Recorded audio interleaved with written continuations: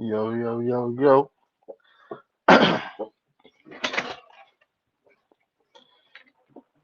We back in here with another episode of the Eye Test, man. Yeah, man. Hey, this has been a week. This has definitely been a week. Um, but overall, I'm liking what I'm seeing, man. Liking what I'm seeing. Um, wait for some people to come up in here and get this thing rolling. Yeah, man. Yeah, y'all see the title, man. The flow has risen. And that's the beautiful thing about it. Like, the floor has actually risen. Now, if people don't understand, like, if people don't understand what I'm saying by the floor has risen, this is how championship teams are built. This is what it looked like. See what I'm saying? Because you have a GM that came in here, hot off a playoff run, and he got straight to work. He didn't cool his heels. He said, "All right, let me get tape. I need tape on everybody. Bring me tape. Bring me tape. Bring me tape." And then you're going through the process. You're looking at what you have on the team. You're looking at what you had to work with. Bring me the books. Let me see what the money looking like now. Okay. All right. How can we get this? How can we get this better? How can we get something? How can we build this correctly?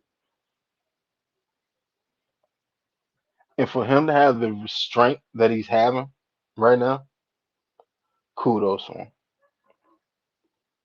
That's what you want from your GM.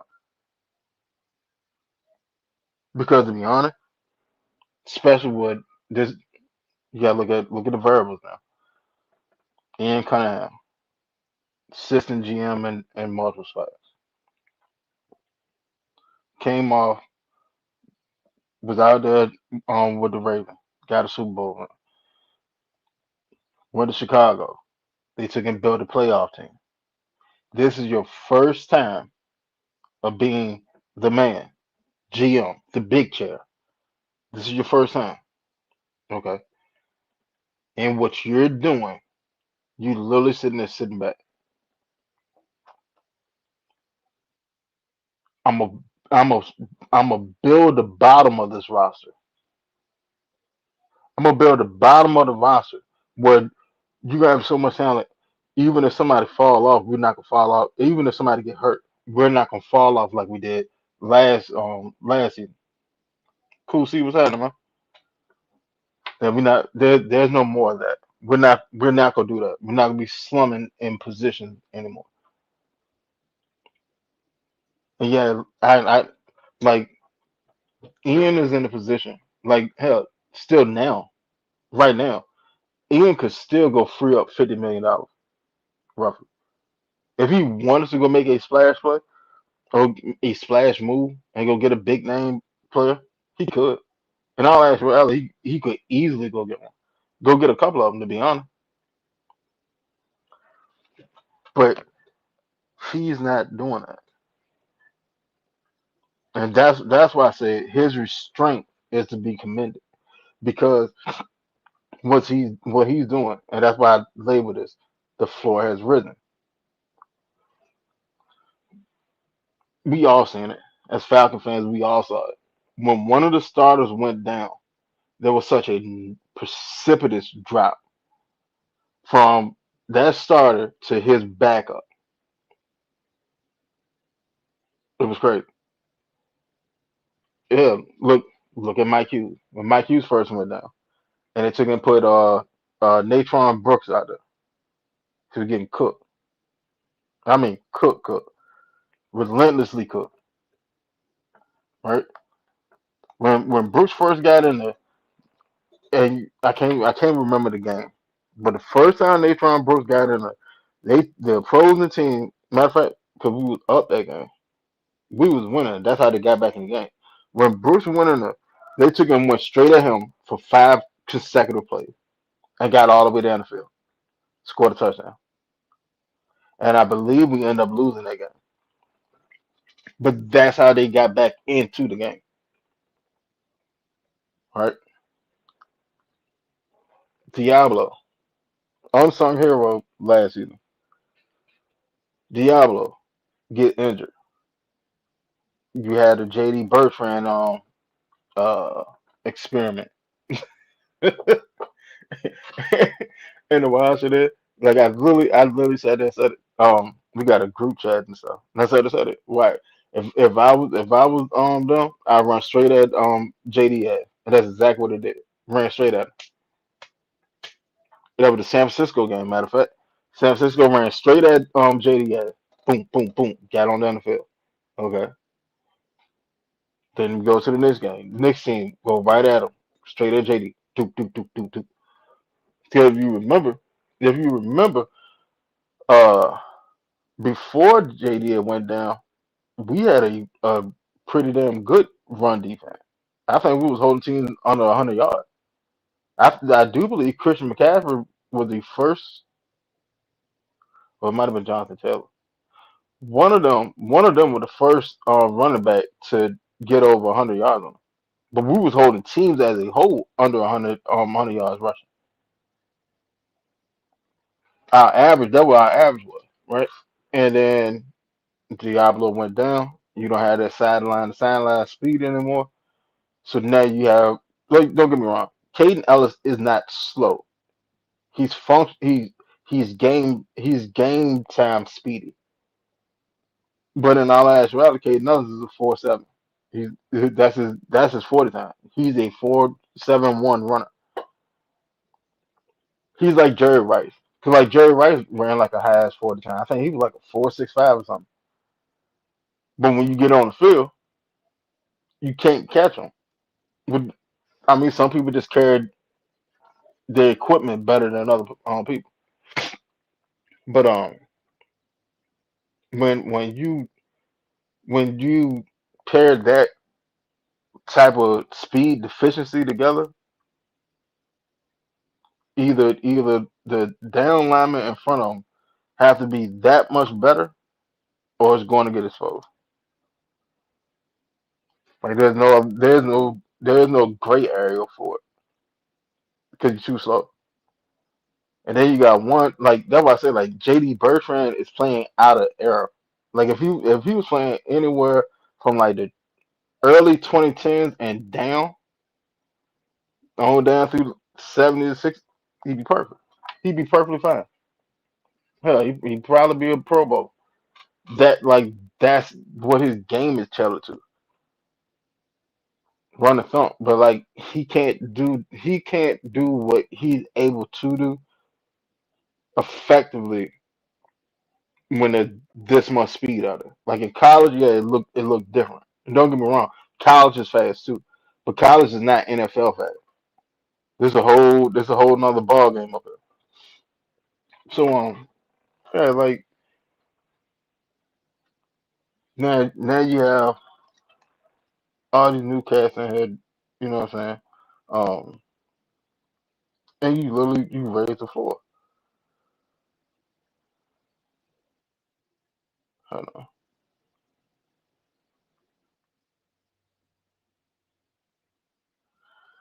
So let's go back over it, see everything we got. So these are the people that have officially signed. But I mean, the other ones, we're still bringing them in for them to sign. So two of them signed, Jahan Dawson to sign, um, Aziz Ojulari, Kent Edge, um, defensive end Cameron Thomas, Austin Hooper, Channing Tyndall, Mohamed Zaccheaus, and Corey Levin. So far, they have officially signed on the dotted line, right? Then everybody else, they making their way over. Put them in. What's that? One, two, three, four, five, six, seven, eight. That's 8 out of 12. You ain't got. You only missing four more people to actually sign. So, but now look at it, because Ian Cunningham had press conference earlier today, and a lot of things stuck out to me. Right, so you got in there, and all right, let's go over the elephant in the room because I know a lot of people want to know about the Michael Penix tour. Okay, so I believe there's truth in what he said, and I think there's a little bit of GM talk too, because they asked him flat out, "Hey,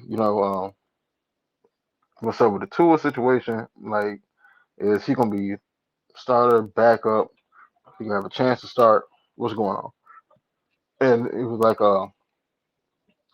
we talked with Tua, and we talked with Mike, and you know, there's going to be a competition, and there's not a starter right now, but there's not a starter on the team right now. See what I'm saying? So they're sitting there saying like everybody's going to compete for their job. Okay, that's cool. That's cool because now you have pieces that can actually go and compete. Now, I'm not sitting there saying like he brought in world beaters, but you brought in competent people that if in the right system and given the right shot, they can produce at a starter level. Let's think about it. Like in all that, well, like one of the biggest knocks that I've seen a lot of Falcon fans have said, and hell, I've said it too. Matt Ryan. Matt Ryan never had competition. He never had competition at the quarterback position. It's like when I say competition, I'm not sitting there saying bring somebody in here to take over and run Matt off of being the starter. Well, but if he outperforms you, then there's a serious conversation to be had. See, like when it's like a lot of guys like they have a girl, beautiful woman, right? And they done got comfortable with it. They comfortable with life. They done settled into it. They done stopped taking her out like they used to and stop courting her. You know, all the little gestures, bringing the flowers home and all that stuff, right? And don't get me wrong, she loves you. She still loves you. Da da da da. But the moment that you hear that there's another dude that may have a thing for you old lady, yeah, those dates will crank back up. Hey, boo, look, you send her a text in the middle of the day. Hey, look, I got some sitting there waiting on you. Be ready by 7:30.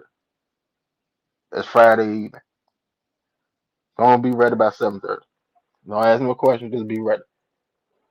You know, I already set up a reservation and book the hotel room. You got to sit it for the kids and stuff. You know what I'm saying? You can go eat, then we can go and have us time. But you can put that effort back in it. You recommitting to your situation. Why? Because you felt a little bit of pressure. See, iron sharpen iron. But if you don't have if one iron doesn't have another iron to sharpen it, it becomes lasted days. Don't get me wrong, Matt still to me uh, I think Matt Ryan gonna be a Hall of Famer. I don't think it's gonna happen anytime soon, but I do think he'll eventually get into the Hall of Fame. Ray Bud, what's happening, man? Yeah, I definitely think he'll get in the Hall of Fame.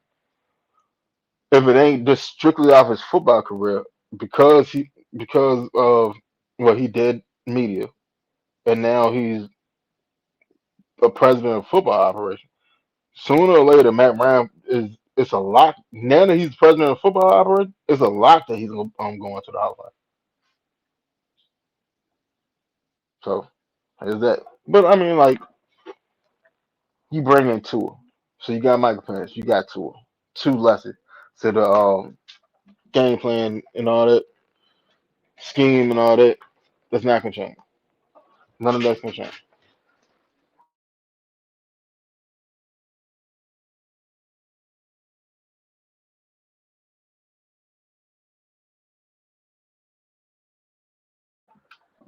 Right. So the scheme and stuff, all that stays the same. Um, the playbook stays the same. There's not much change to it. I don't really need to do anything different. Now, here's a tidbit that a lot of people don't know. Last year, um, what was it? Last year and the year before, I want to say that two through what was it, like 60 some percent of his passes out of the pistol and shotgun. It was like 60 or 70. It was some. It was somewhere up there, right? Okay. So how did this look going forward? Well, if do they install a pistol into this offense? Katama Reese want to play on the center. See what I'm saying? Like that's how they actually want to play. They want to play football on the center. We're gonna run the ball to actually set up the pass instead of passing to set up the run. Okay, cool. So we're going on the center. We're going pistol. We're going shotgun. Is it gonna be a myriad of all of it? These are the questions. But I thought that was interesting because the way that fans were sitting there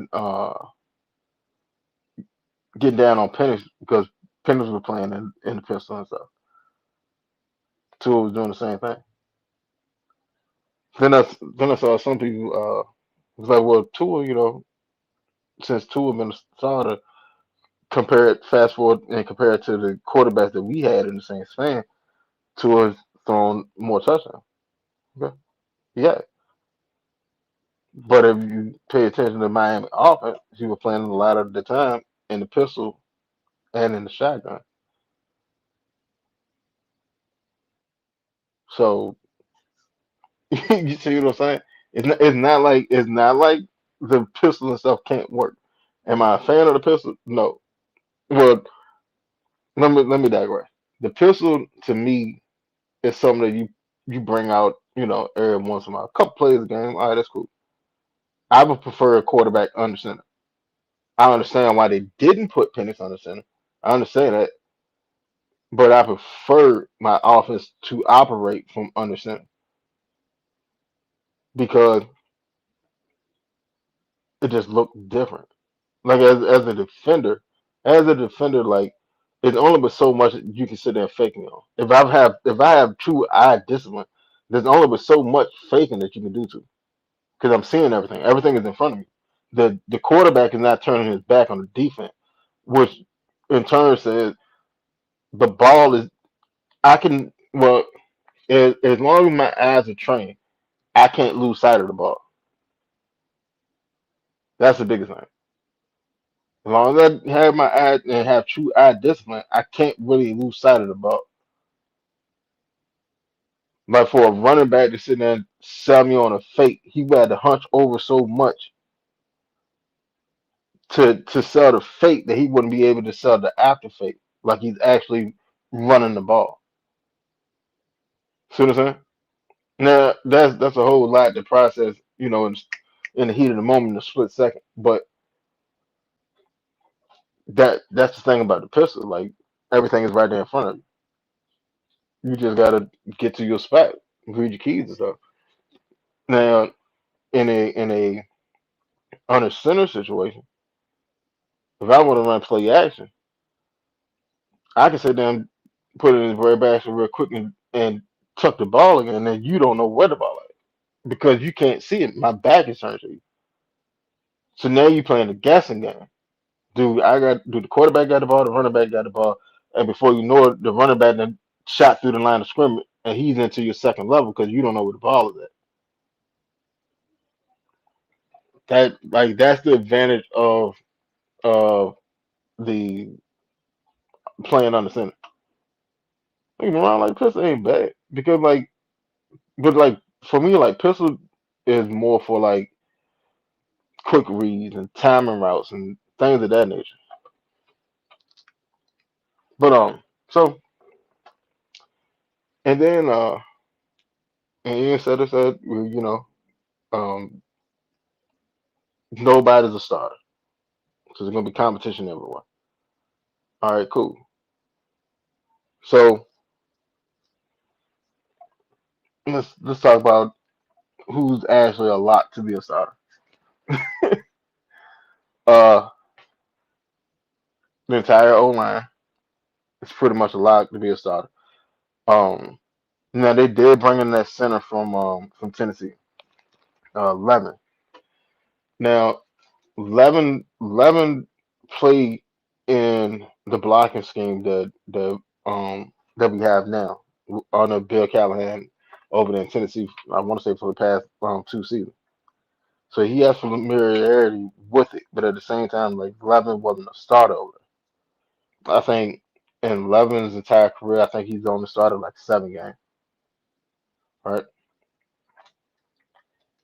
I think he's more of a high quality depth piece where you already know because you already know what to look for this and third, you can help get Noozle up to speed. And if you happen to perform faster and better than Noozle, all right then. So if you take Noozle's spot, well, that's cool because backing you up is a center that literally just started 17 games last year.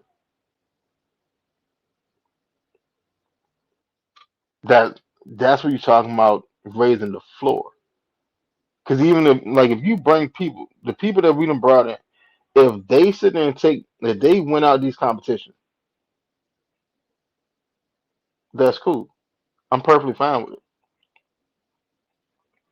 it. Like in all aspects, I am perfectly fine with it. Why? Because of this. If you was a starter here and you let somebody from outside the organization come in here, have less time with the team itself, and beat you out, then you didn't need to be a starter in the first place. That's why I like the two signing.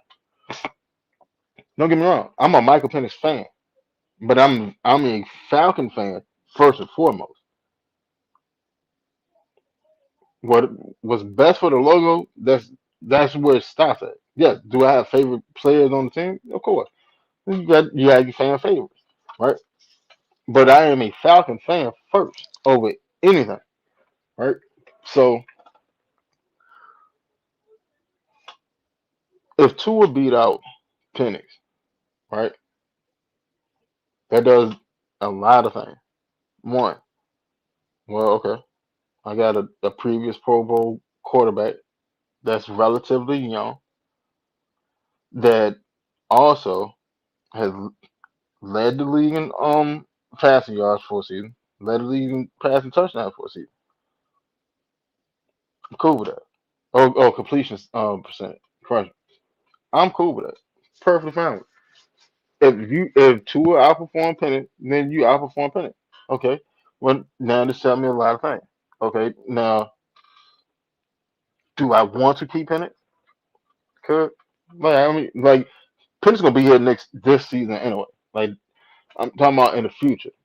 In the future, do I want to keep Penix and keep working on developing him because I see that he has some down the road? Okay, possible. Let's see how the season go. Let's see how the season go with Tua. How did Tua do? Tua, you were serviceable. Okay, eh, that's all right. Or Tua go out there and light it up. And then we have a real discussion. Well, not really because hey Tua, how about that? Let me give you another 1 year contract because you still getting paid from Miami anyway. Let me give you another 1 year contract. I'm gonna throw some incentives in here. You know what I'm saying? You will get your pick. Let me see you do what you did this year one more time, and then we can talk some real money. Right? Now you still had that first round pick. Now you're able to do whatever you want to do with that pick.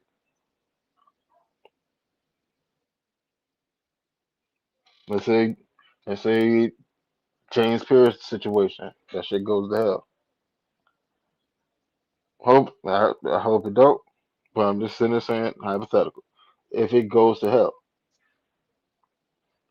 well, Tua perform or if Penix perform well, I don't need to spend that on the quarterback. I can go get me another edge rusher. I can go do that. Or say that we had to end up drafting a corner late in the draft or whatever, and say we want to go with C.J. Henderson, Mike Hughes, and Kobe Brand and stuff, and we still want to go that route, and it fails. Yeah, you got that first round pick next year. You can go get your corner, put on opposite of AJ. Like this year, like do I want my Falcons to win? I always want them to win. I want Falcons to go undefeated every season. That's just a fan in me. But being realistic and objective, I mean, well, I can't sit there and do a I can't do a realistic prediction because we still got the draft and free agency ain't over yet. But I mean, like right now, I would sit there and say that this team is better than the team that we had last year, as is. As is, this team is better than the team that we had last year. And I know that's wild to sit there and say. I know, I know. But actually look at it. Is Tua better than Kirk Cousins? Yes, Tua is better than Kirk Cousins. Like I know a lot of fans be like, "What Kirk Kirk he won these games." Da, da, da. Yeah, but was like Kirk really balling in no game? Or was Kirk sort of just holding down the fort? And we had a lot of contribution from a lot of other people, and that's how we got through. See what I'm saying? So is Tua at this point in his career better than Kirk Cousins at this point in his career? Yes, yes, he is. So the floor risen on the quarterback room for way less money, way significantly less money, like roughly 98, $98.7 million less money. All right, then let's see. Uh, Christian Harris. Is Christian Harris better than Caden Ellis? Now that's a tricky one because is he capable of being better than Caden Ellis? Yes, he is. Most definitely is. Is he at this point? That remains to be seen. Because when he got hurt, see that would mess his career up. He got hurt at the wrong time. Because when he got hurt and D'Amico came in, D'Amico brought in his own linebacker. So then he just got lost in the shuffle. That's like that would be like Kevin Stefanski coming over here and then he bring over starters that was over there in Cleveland last year. Like you already know now some pretend they gonna start here because he bringing them from his old team type shit. But D'Amico took and brought in his own linebacker, and that's how Christian Harrison ended up getting. I mean Harris ended up getting as a rotation piece. So yeah, they now if you talking about beforehand, it's close. It's close. But at the same time, Christian Harris is young. Caden Ellis, what, 30, 31? Christian Harris is like 25. He haven't got to his prime yet. Right? He like 25, 26, some like somewhere around there. He's young. So then you have the depth behind it. So it's $10. $10. It's $10 better than JD Bertrand. Yes, Floyd and Risen. Like JD Bertrand, if JD don't get cut now, JD probably get. I'm gonna say he could get cut during training camp. Like at this point, JD is probably just a camp body. I ain't gonna hold you. All right.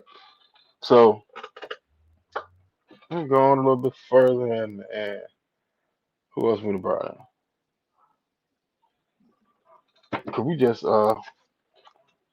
signed a boy from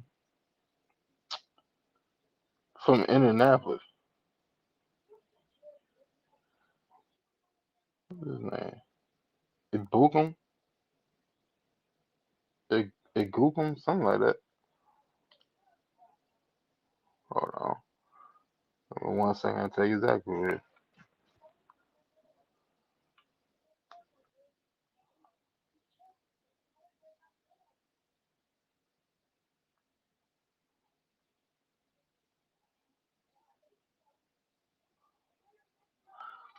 Alright, so Samson Ibukum.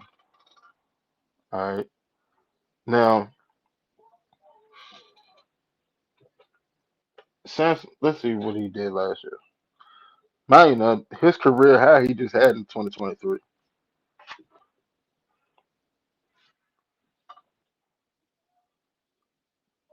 Let's see what he did last year.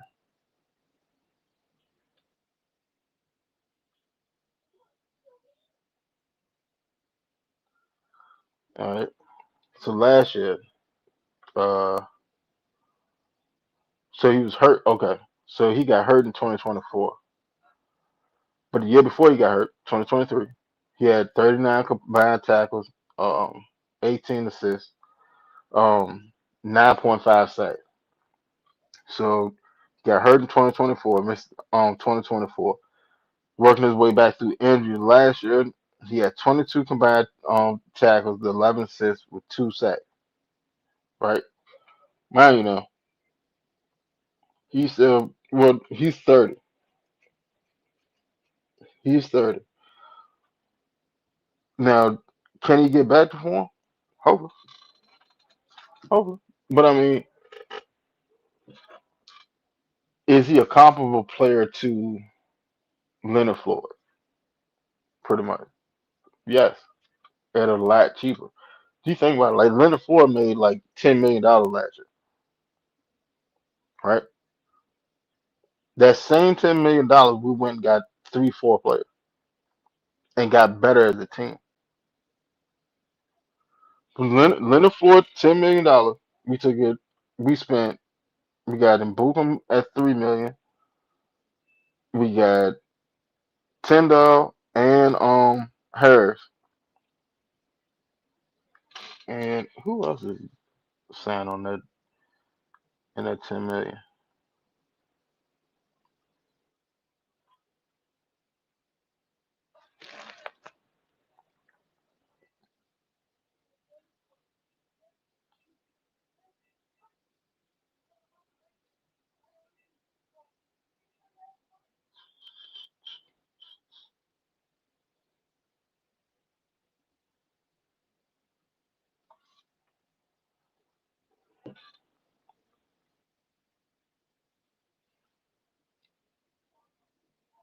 There we go. So I still haven't gotten numbers on the Z's contract yet.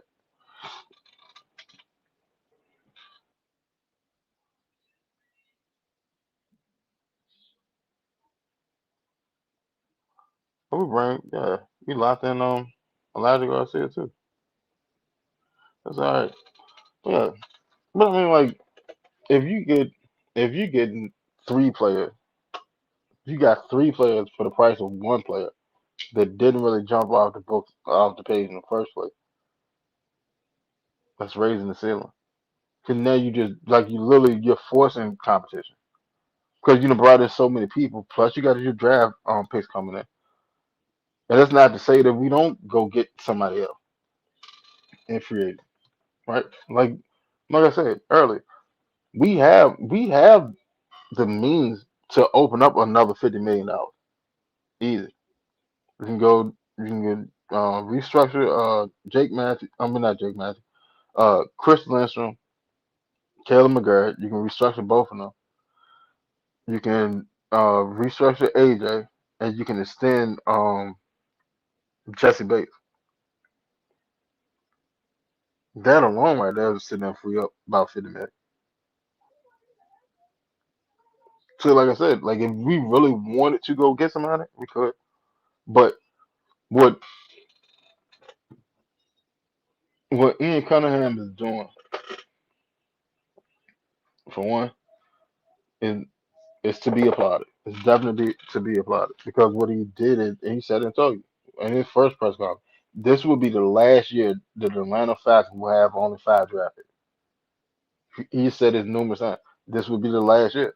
All right. Well, I haven't seen the returns on AK yet, but AK could be another compensatory pick. All right.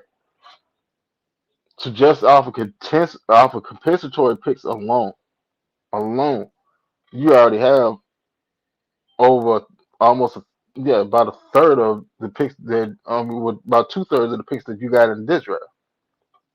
We got 5 picks this year. We already got 3 off of compensatory picks for next year,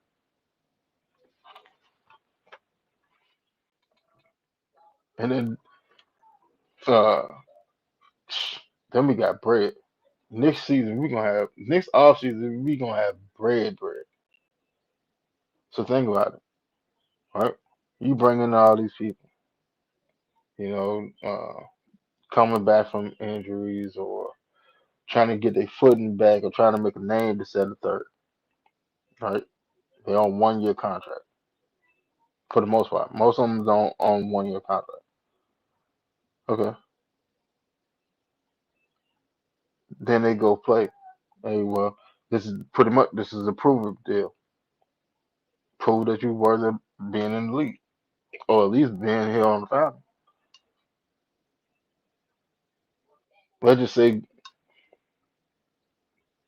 hypothetically, two, maybe 3 of them either have a career year or get close to their career year. This team to turn all the way around.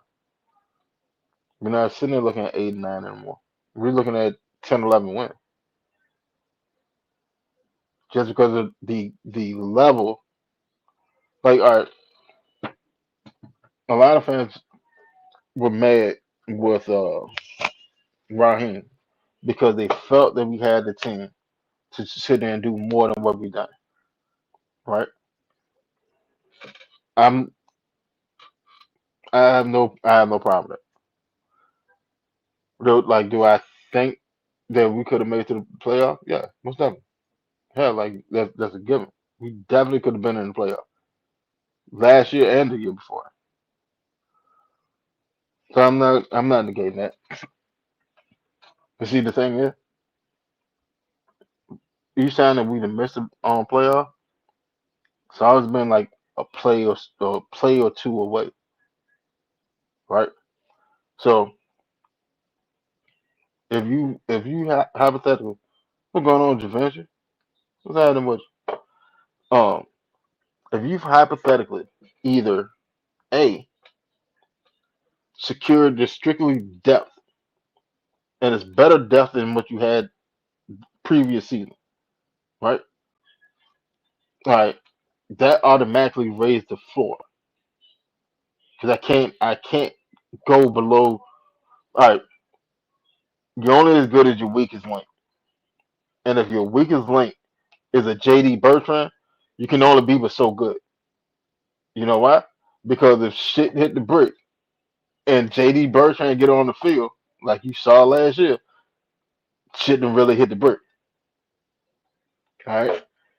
Now, any one of these players that we'd have brought in, all of them are better than JD Bertrand. Every last one of them. And yeah, they play different positions, but it doesn't even matter. When you look at it, every last one of them are better at their position than what the hell JD Bertrand is at his.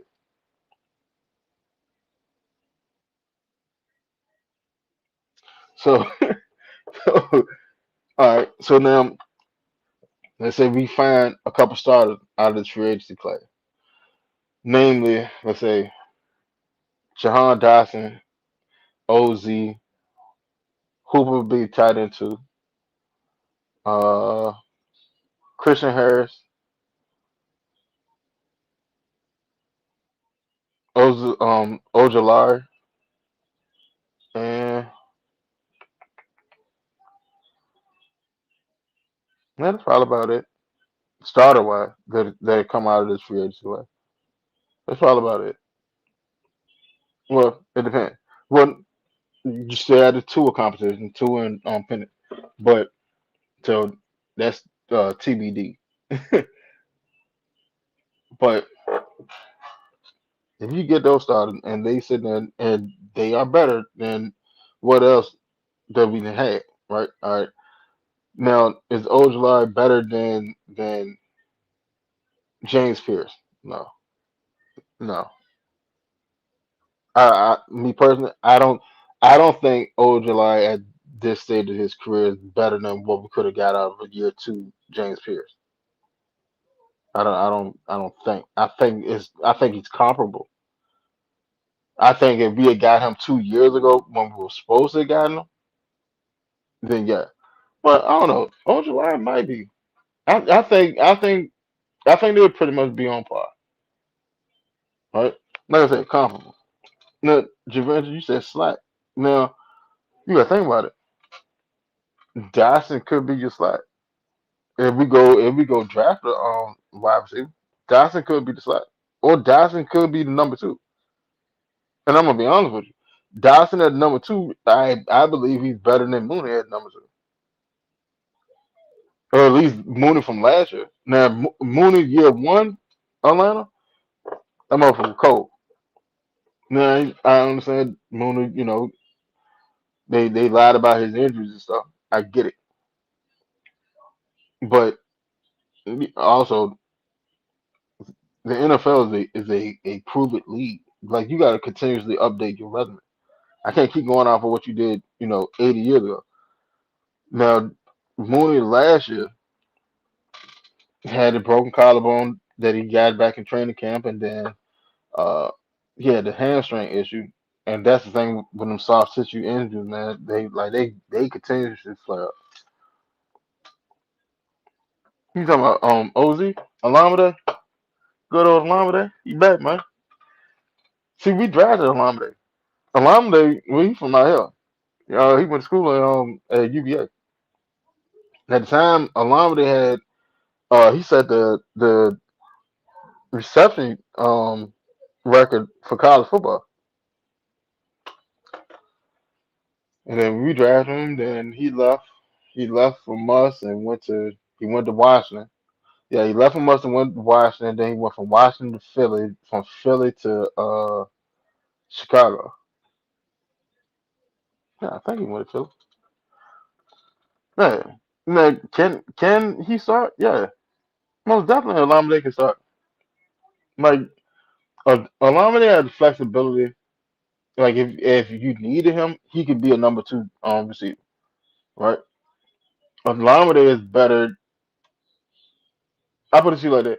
You would rather have Alameda as your slot than him being your number two, especially like with a player like Dyson, right? All right. Um, yeah, like Alameda be like your third, fourth receiver, and you're perfectly fine with it. You're perfectly fine with it, and he can play two. Like you've seen him play the number two, because he was number two here. When we had Ridley, it was Lamade and Ridley and Pitt. They were like Pitt's first year. Yeah, that's why he was killing us because he wanted to stay here. That's why he was skinning our ass up every time we played him. Yeah, yeah, he wanted to stay. We just couldn't offer him no bread because we were so backed up. Yeah, I remember like that first year of Terry and Arthur Smith, we set the NFL record for 1 year contract. We said the NFL record for 1 year contract. I think we had 22. Yeah, I think we had 22 players on 1 year contract that year because the cap was so fucked up, and that's why we took in moved Matt Ryan, which brings me to another thing. Well, either way you put it, like the cap was gonna fix itself anyway. We just had to get off of Matt Ryan for the cap to fix itself. But but that brings me to another thing, and I respect the hell out of this. In his press conference, he sat there and said, "Well, we had a conversation with Michael and Tua. We talked with both of them, told them what we envision, how we're gonna go about this, that, and third. Because we feel communication is key, right? And go look at it. Let's go back through history, right? We can go. Well, matter of fact, let's go to Matt Ryan situation and Julio, right? Julio was getting mad because he said there wasn't no communication. So if you remember when Shannon Sharp called his ass when Shannon Sharp was on Undisputed. He called him and he was like, "Yeah, man, hell, I can't even talk to people, man. I'm gone. I'm out of there." Y'all remember that, all right? Because communication was so fucked up. And then Julio said it and said it again when he had the podcast with him, Roddy Wright, and Harry Douglas. He said it again.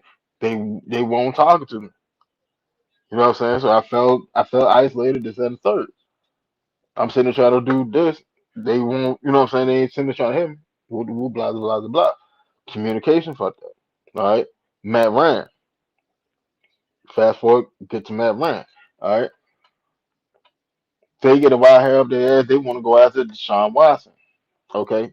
They didn't communicate that to Matt Ryan at all. Matt Ryan was finding out in real time like we were. That's why Matt asked for a trade because communication was fucked up. Y'all could have told me that y'all was going after him. Y'all didn't say nothing. So if y'all had went on and pulled the trigger and got him, we did pull the trigger because I want to say, to be honest, I want to say we offered Deshaun Watson the same contract that we offered Kirk Cousins. I want to say we offered him 180 million. I think it was more guaranteed money to it than Kirk Cousins, but I do think we offered him 180 million. I think it's like 100 like 30 something, 140 something guaranteed. Anyway, that's neither here nor there. The basically the thing was communication was fucked up. We won't conversing with them, letting them know, our intentions, what we are planning on doing. All right. So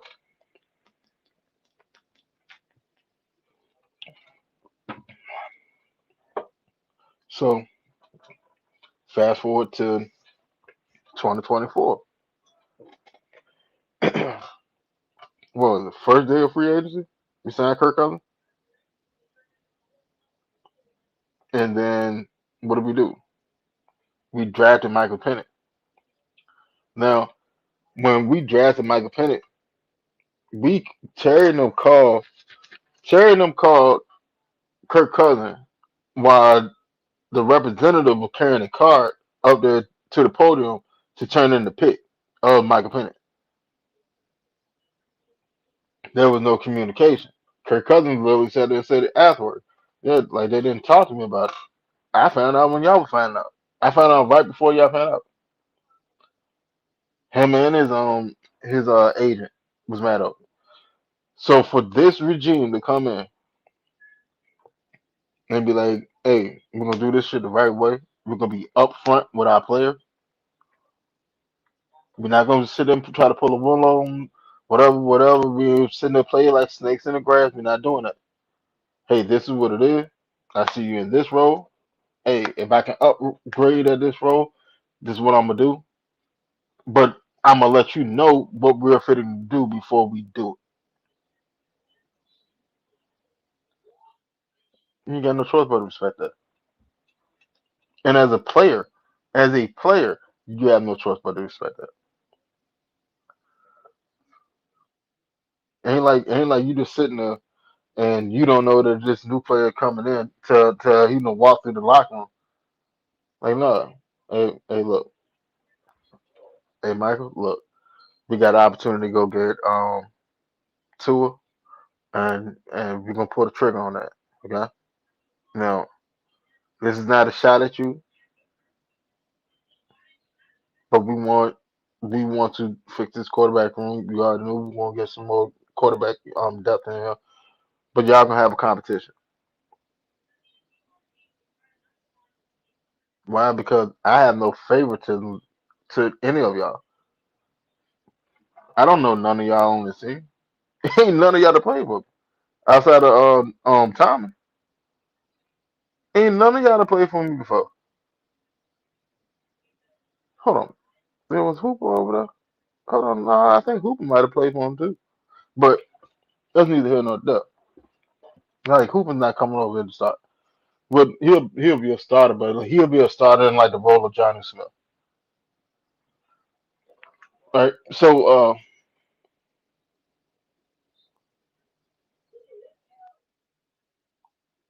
me personally, like I'm a firm believer in you can't settle because the moment that you settle is the moment you get complacent. The moment you get complacent, the moment you lose your edge. The moment you lose your edge, the moment you become less effective. The moment you become less effective, the faster you need to get apart the scene.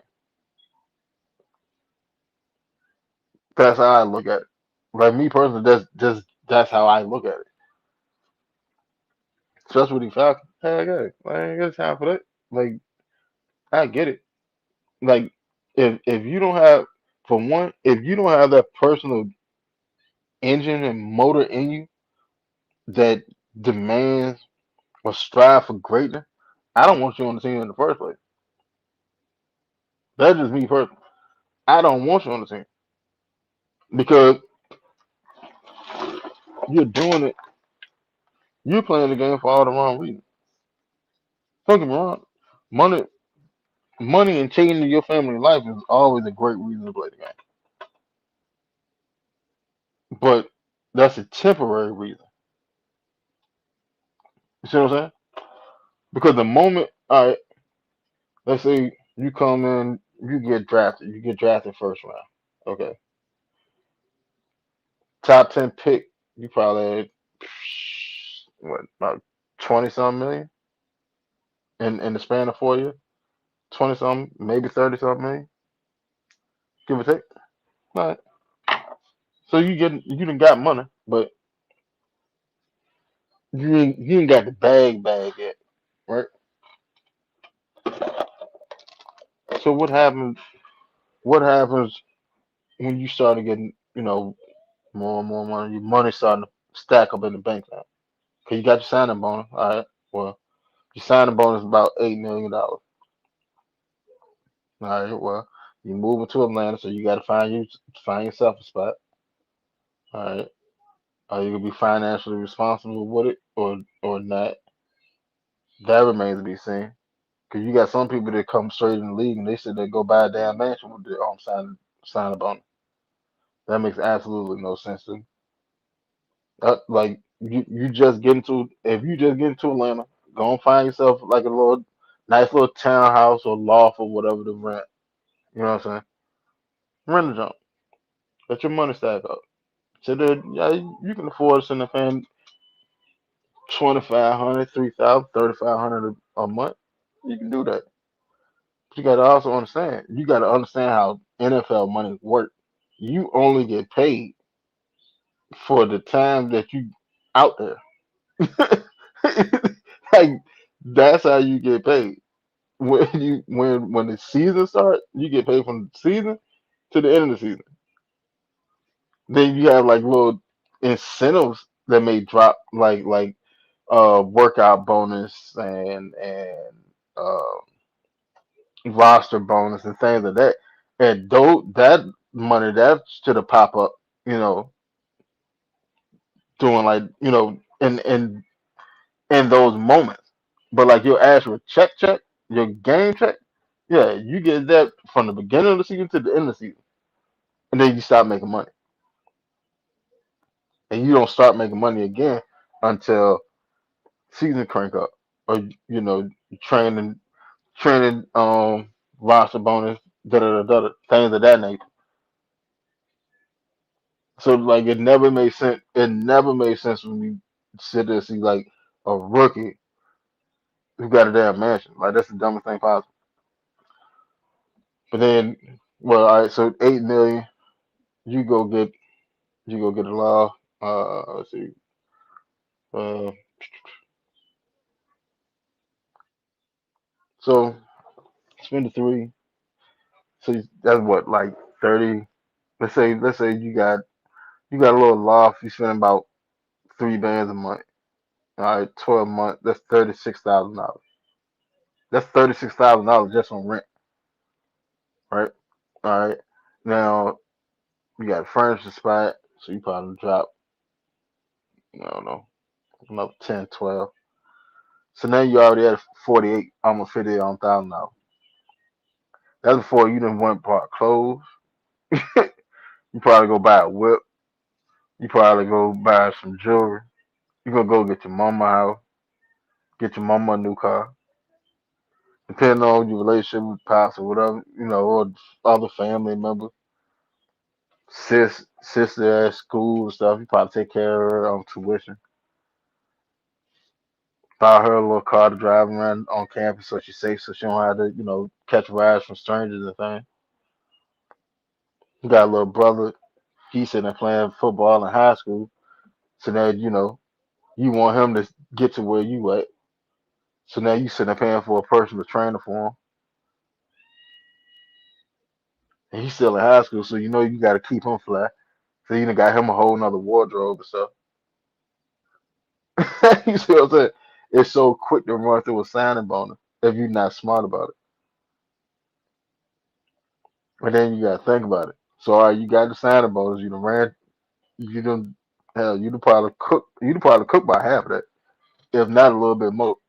If you're not smart about it, you probably cook by half or a little bit more. So let's just say you done spent 4 million. All right. So you got your signing bonus, then you got your salary. All right, cool. So then let's say you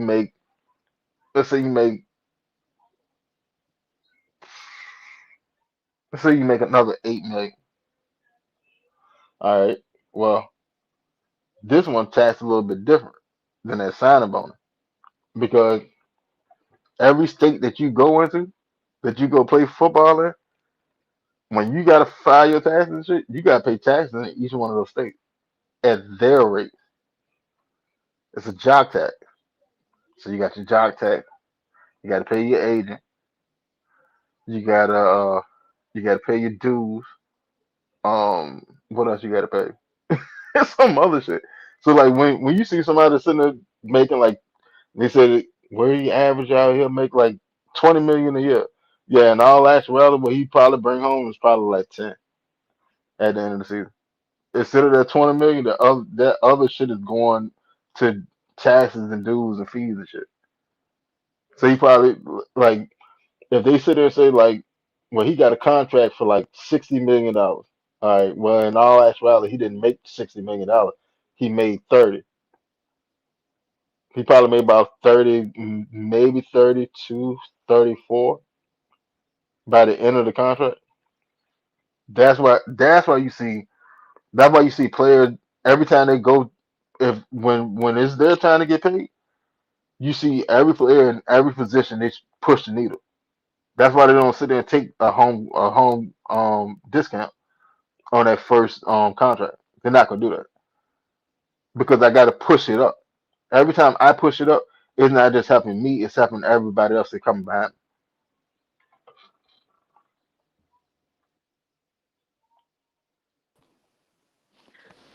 me. Yes, Yo, sir. what's that about? My God, what's good, Winston? What's that? Zay Good. Zay in the bag in the building. You know it. Cause I remember, Man, cause I hit you yesterday, but I knew you weren't. I knew you weren't gonna go live yesterday. I forgot, and then I was watching Blackberry show, and then once I like hit the back button and I seen you went live, I was like, oh shit, let me join up real quick. yeah, I hit you on Messenger and tell Oh you about it shit, going. my dumb ass deleted the Facebook. I barely be on the Facebook. I just cause I hit you because I think once I seen the news, the James Pierce stuff about the case and everything, I was like, oh snap. I was like, he gonna run it back tonight. I was like, cause I was like, I know you was gonna talk about that, but Yeah, I hadn't got into it yet. hell yeah, but what you was just talking about though? Oh shit. Um, finance, finance with NFL players and shit. Oh, okay, Uh, yeah, I did hear like you was basically saying like like that contract, the money don't it's not what people think they making is not what they exactly making for real, like because Hell that no. money. Like you NFL contract, you probably get half of what their contract is. Mhm. And depending on the state, you get what I'm saying? Like, That's why you see mhm, players that want to go to like play for Dallas or play for Houston or what is it, Florida? Is it Florida? mhm, I don't know. They got it. I know Texas. Texas doesn't have state tax, so I mhm. don't have to pay taxes in their state. So if Hell you yeah. play, yeah, if you play for Dallas and you play Houston, one game that season, all right, well that's one game I don't have to pay taxes on. Oh yeah, hell yeah. Especially if I'm like a defensive player and I'm a rotational piece or something like that, and I'm trying to go on a prove it deal, and I can play in D'Amico Ryan's system and go there for like a year, get some tax free money, actually thrive in that defense for real, and then probably get another contract somewhere else. But I was still able to stack my money as I was still producing on the field at the same time. You get what I'm saying? Like,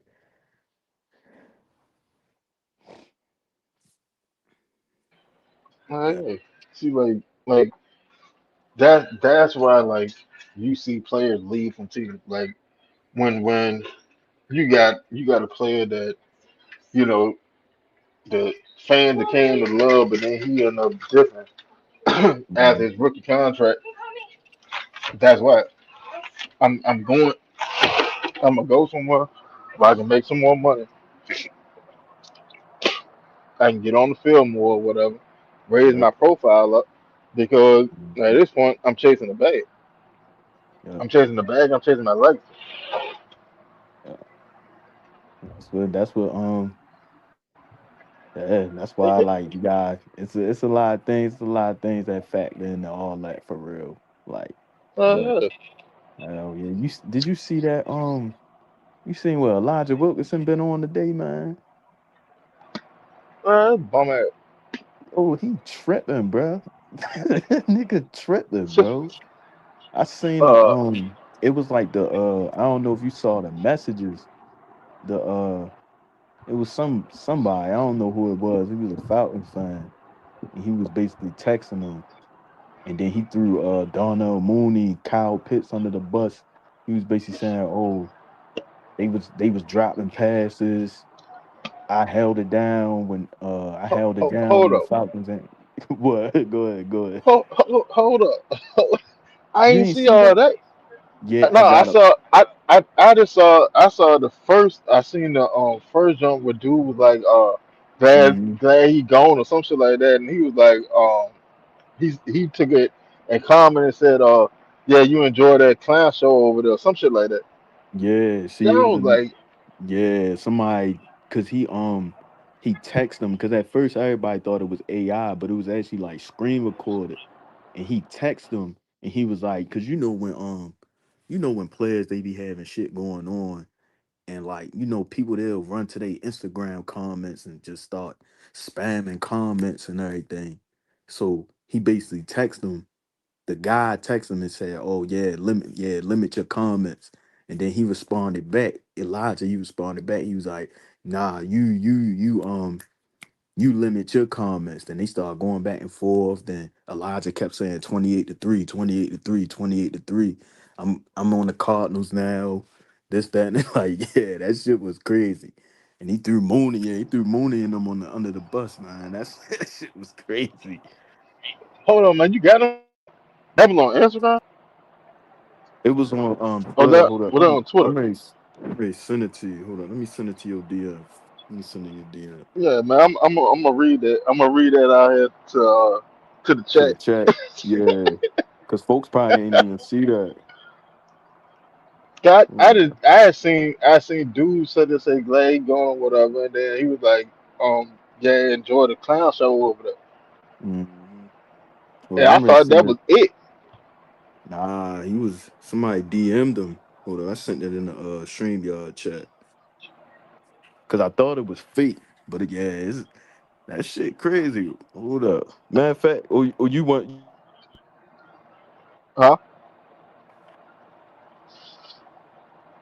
you hear me? Huh? Zay. Yo. Yeah, yeah, yeah. What's up? I said you want me read it? I got it right here. Hold on, hold on. Can you hear Shit me? crazy. Yeah. My shit probably All right. delayed. Hold up. Let me matter of fact, nah, I He ain't even said, gonna Loud said, yeah, let me go check.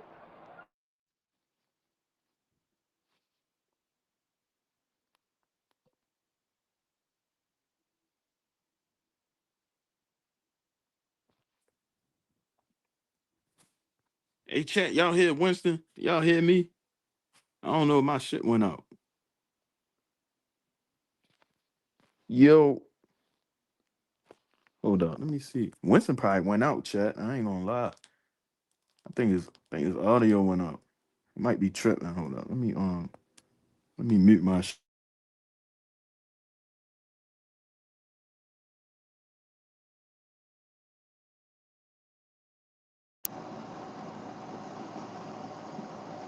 Hold on, hold on.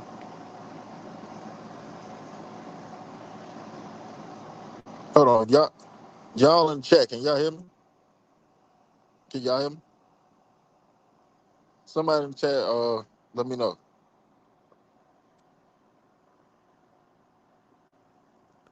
Yeah. Well, I hear you now, but yeah, I know you making sure the Can, chat hear you. yeah, can hear me, Zay? Yeah, I hear you now. All right, chat, and all right, let's get back to this. Cause this is Yeah. interesting. This shit is Yeah, funny. I'm gonna let you rock out with that. Yeah, I'm gonna let you rock out. All right, so dude told Elijah, yeah, limit those comments. Elijah said, limit your comment. 28-3 pussy. So dude said, knew our season was over when your bitch ass stepped foot on the field. Got my QB killed. Shit sad. So Elijah said, haha, yeah, all right. And all the passes Mooney dropping pitch fucked off my line. Having fun rooting to lose the NFC South. 28-3. Crazy.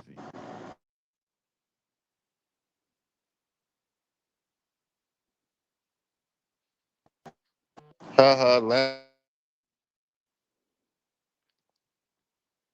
Oh, you in and out, Winston. Your mic went in and out again.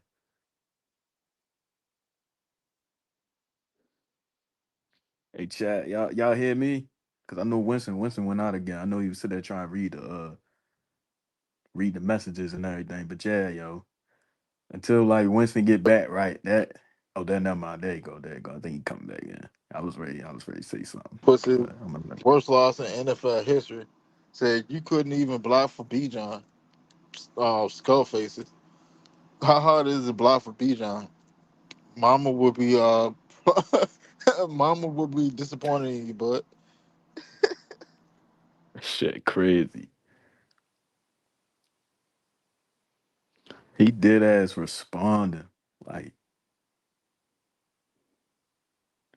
That shit ridiculous. Mind you, chat. This our blindsided protector, bro. This nigga protecting our blind side. That shit got me thinking like, did he get that nigga hurt on purpose? Like, that shit wicked, bro.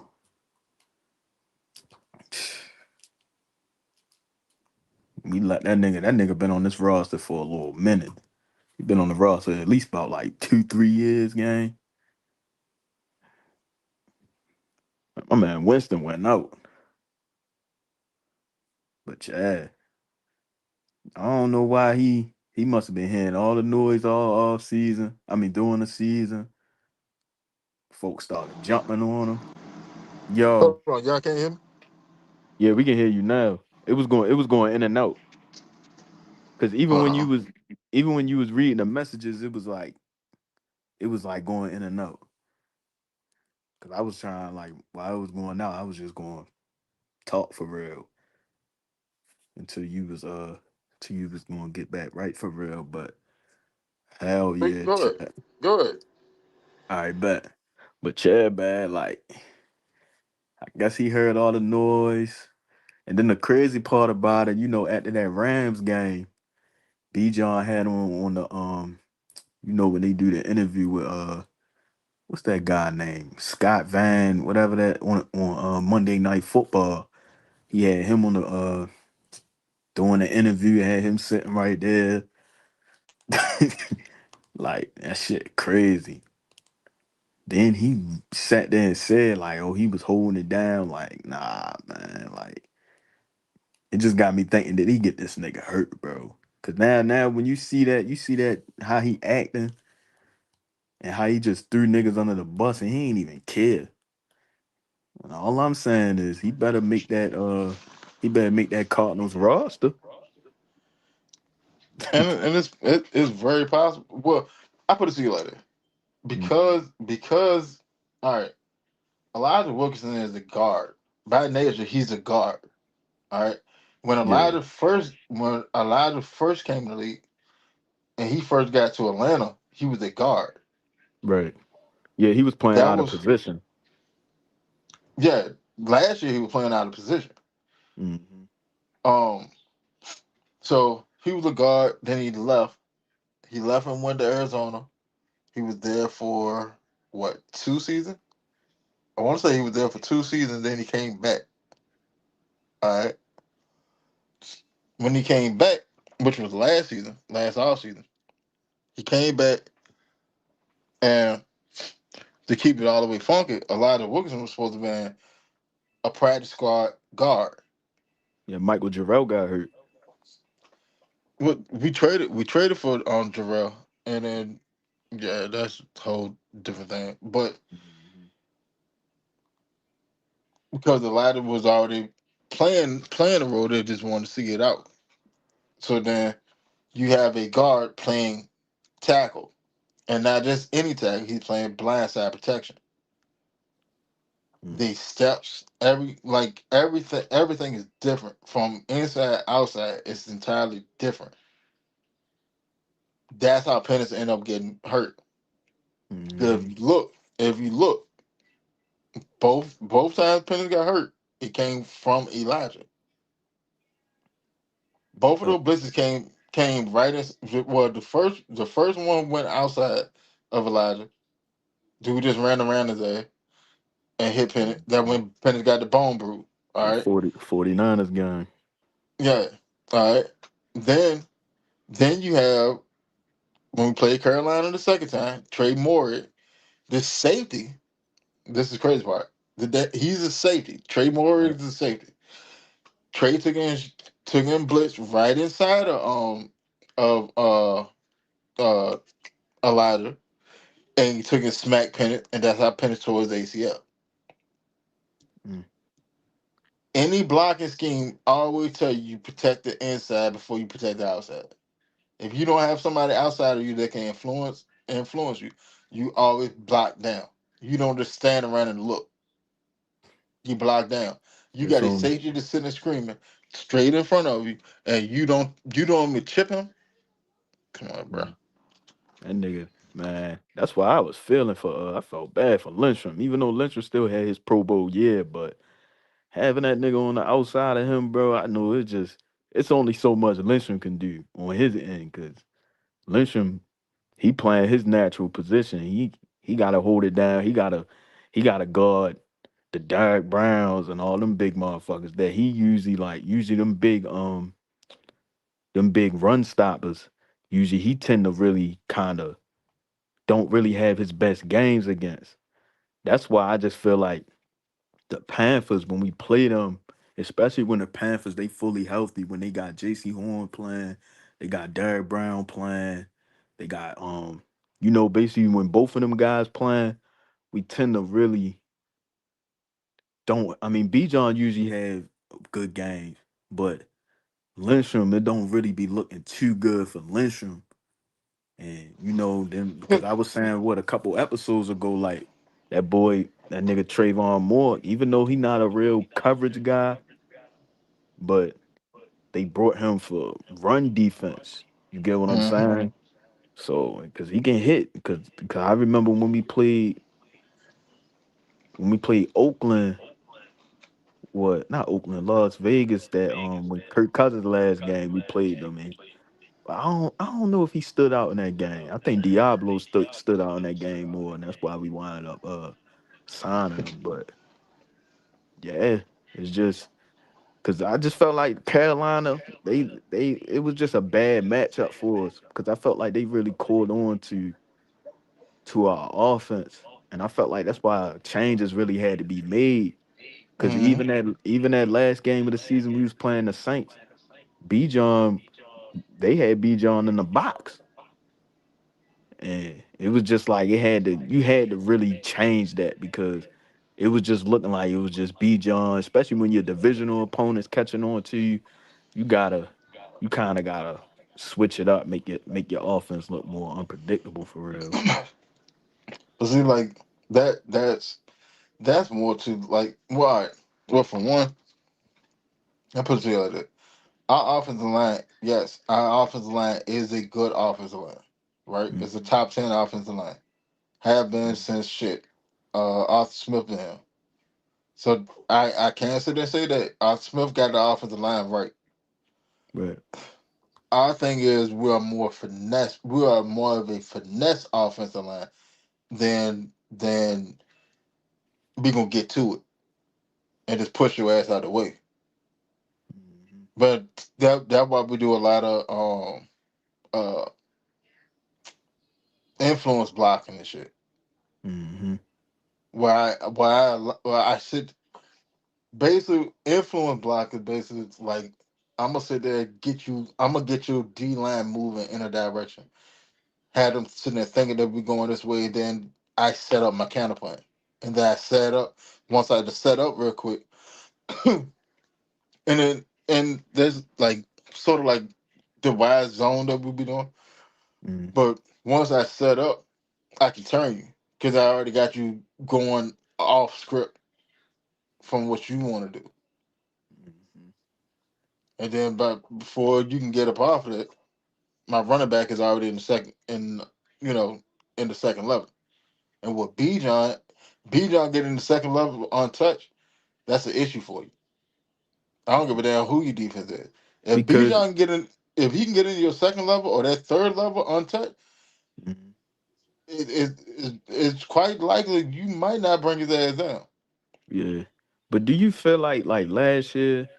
Like when you watch, like compared to like all the B John years, right? Like since B John came in the league in 23, do you feel like cause me by what I was saying, even though like we was down McGurry and we lost Drew Dowman, Hmm. like watching them games, I seen a lot of plays where like B John was getting smacked, not smacked in the backfield.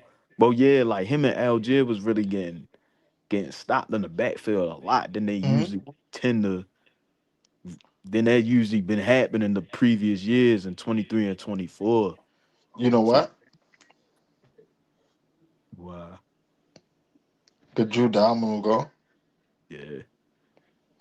See, Motherfucker. like, don't get me wrong. Like, Newsom is not a bad center. Yeah, Can it Newsom? wasn't a crazy drop off in my opinion. Yeah, that's what I'm saying. Like, can Newsom develop to be a Pro Bowl center? Yeah, it's possible.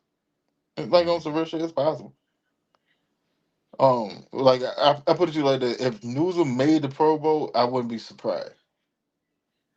Mm. Like That's why I that's don't where I'm at with understand Newsom. why folks was. I ain't mean to cut you off, but I don't I know understand what. why folks was trying to thinking we was going to go out and get Linda Bond. I'm like, bro, we not finna get spend that money on that nigga. We don't even got like I feel like we ain't even really had bad center play. It was really the old line was really collapsing from Elijah Wilkinson side, and I ain't gonna lie, sometimes Jake Matthews would get roughed up a little bit. Like it was Yeah. really from the edges. I think the inside wasn't bad, like Bergeron, Lindstrom. Like the See, pressure really like wasn't good. Bergeron can sit there and stand up to it because Bergeron big as shit. Bergeron like Bergeron the biggest person we got on the O line, and like Yeah, it's not really close. yeah, Bergeron like 350. he got that hockey experience. Yeah, but see, like Bergeron, he was a tackle in college. I mean, he was in Syracuse. He was a tackle, Mhm. and we just pushed him. We made him a guard, so we have more mass in the inside. Mm, Because you got a small, you got a basically, to be honest, you got a small center and you got a small right guard. mm. Like Chris Lindstrom, he's a beast. Yeah, he is. He just he's smaller. So what you think? Like, That, cause me honestly in free agency, I really thought we was going to make like some offensive line depth moves, like not starters, but like, but you see how like we grabbed the edges that we grabbed a Z, we grabbed what else we grabbed? We grabbed the nigga from the Browns, Cam Thomason, whatever his last name, Cam, whatever his name Tom, was. Cameron Thomas. Yeah, so I was I thought because we really didn't go after no old lineman. So do you think draft or No, like I mean, in all actuality, like you gotta think about it. What do you need? Well, all right. Can we go get O lineman? Yeah. Would it make sense? Yeah, that's cool too. Do you really need it right now? Not really. right? Unless you bringing somebody in here that you bringing for them to step into a role in the future, you don't really need an old lineman right now. Here, Right. think about it. You drafted Jack Nelson last year. All right. Well, Javon Gwen, he took him with to Baltimore. Hmm. He went to Baltimore. Elijah Wilkinson went to Arizona. All right. Well, your swing tackle, Storm Norton, he's back. He's back. Keep forgetting McGarry, about Storm. yeah, McGarry's back. So now you got Levens. You brought in Levens. Hmm. So now you have an interior lineman that could be a swing center guard. Uh, who's the uh who's the other boy that came in? With the You offensive still got line, no. Well, we didn't bring in one, but I think Mike Henderson. Hennessy. Hmm. We still got Hennessy. I thought No, he. no, Mike Hinton. Mike Hinton. Oh, oh, okay, okay. I think he's still on the roster. I think I seen him still on the roster for real. And then that boy Henson, I think because we got him from Tennessee. I watched a little bit of him. He had like one play where like you said, he was on the swing and like he don't really give up on the play. Like he give all effort throughout the whole play because he was running. He came from the center, ran all the way to where the running back was running, and then went and knocked down like a safety or something and put the safety on his ass. I was like, okay. I was like, he decent. But I think he didn't get like a lot of starts though. I think he only had like 7 starts, but at the end of the year in Tennessee, he winded up getting like some more starting time for real. But I must like it looked like it might be a competition between him and not Storm. What's the What's the damn? I forgot the goddamn center name already. Nizu. Yeah. Um, Cal New. Hold on. The fuck? Why is this not?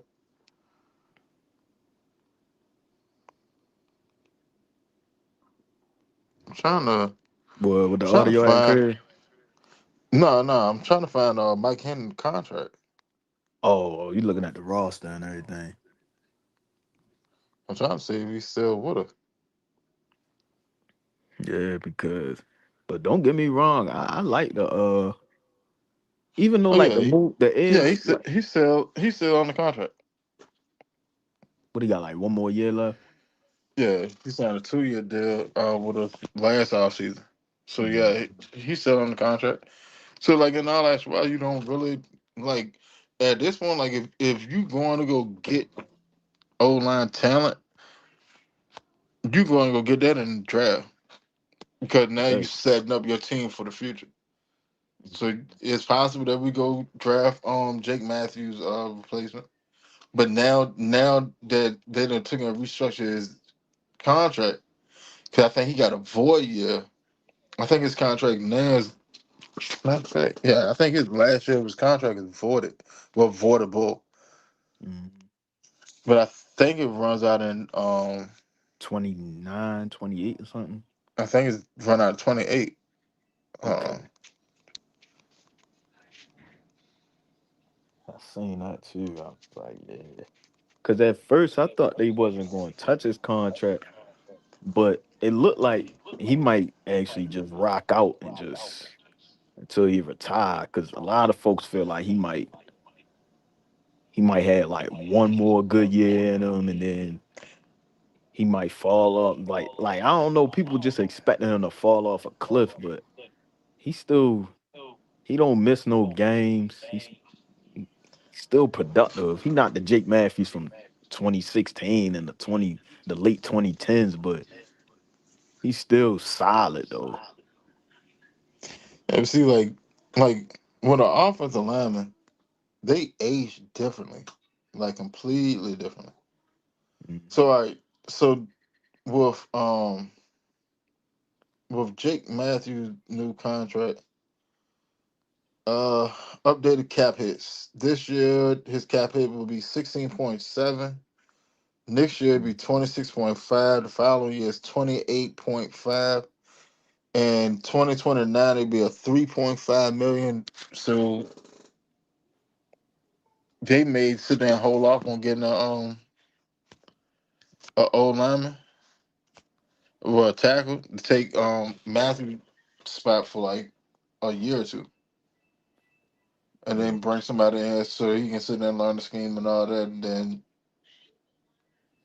you void out the last year of the contract, that Mhm. 2029 year, because the cap it ain't nothing but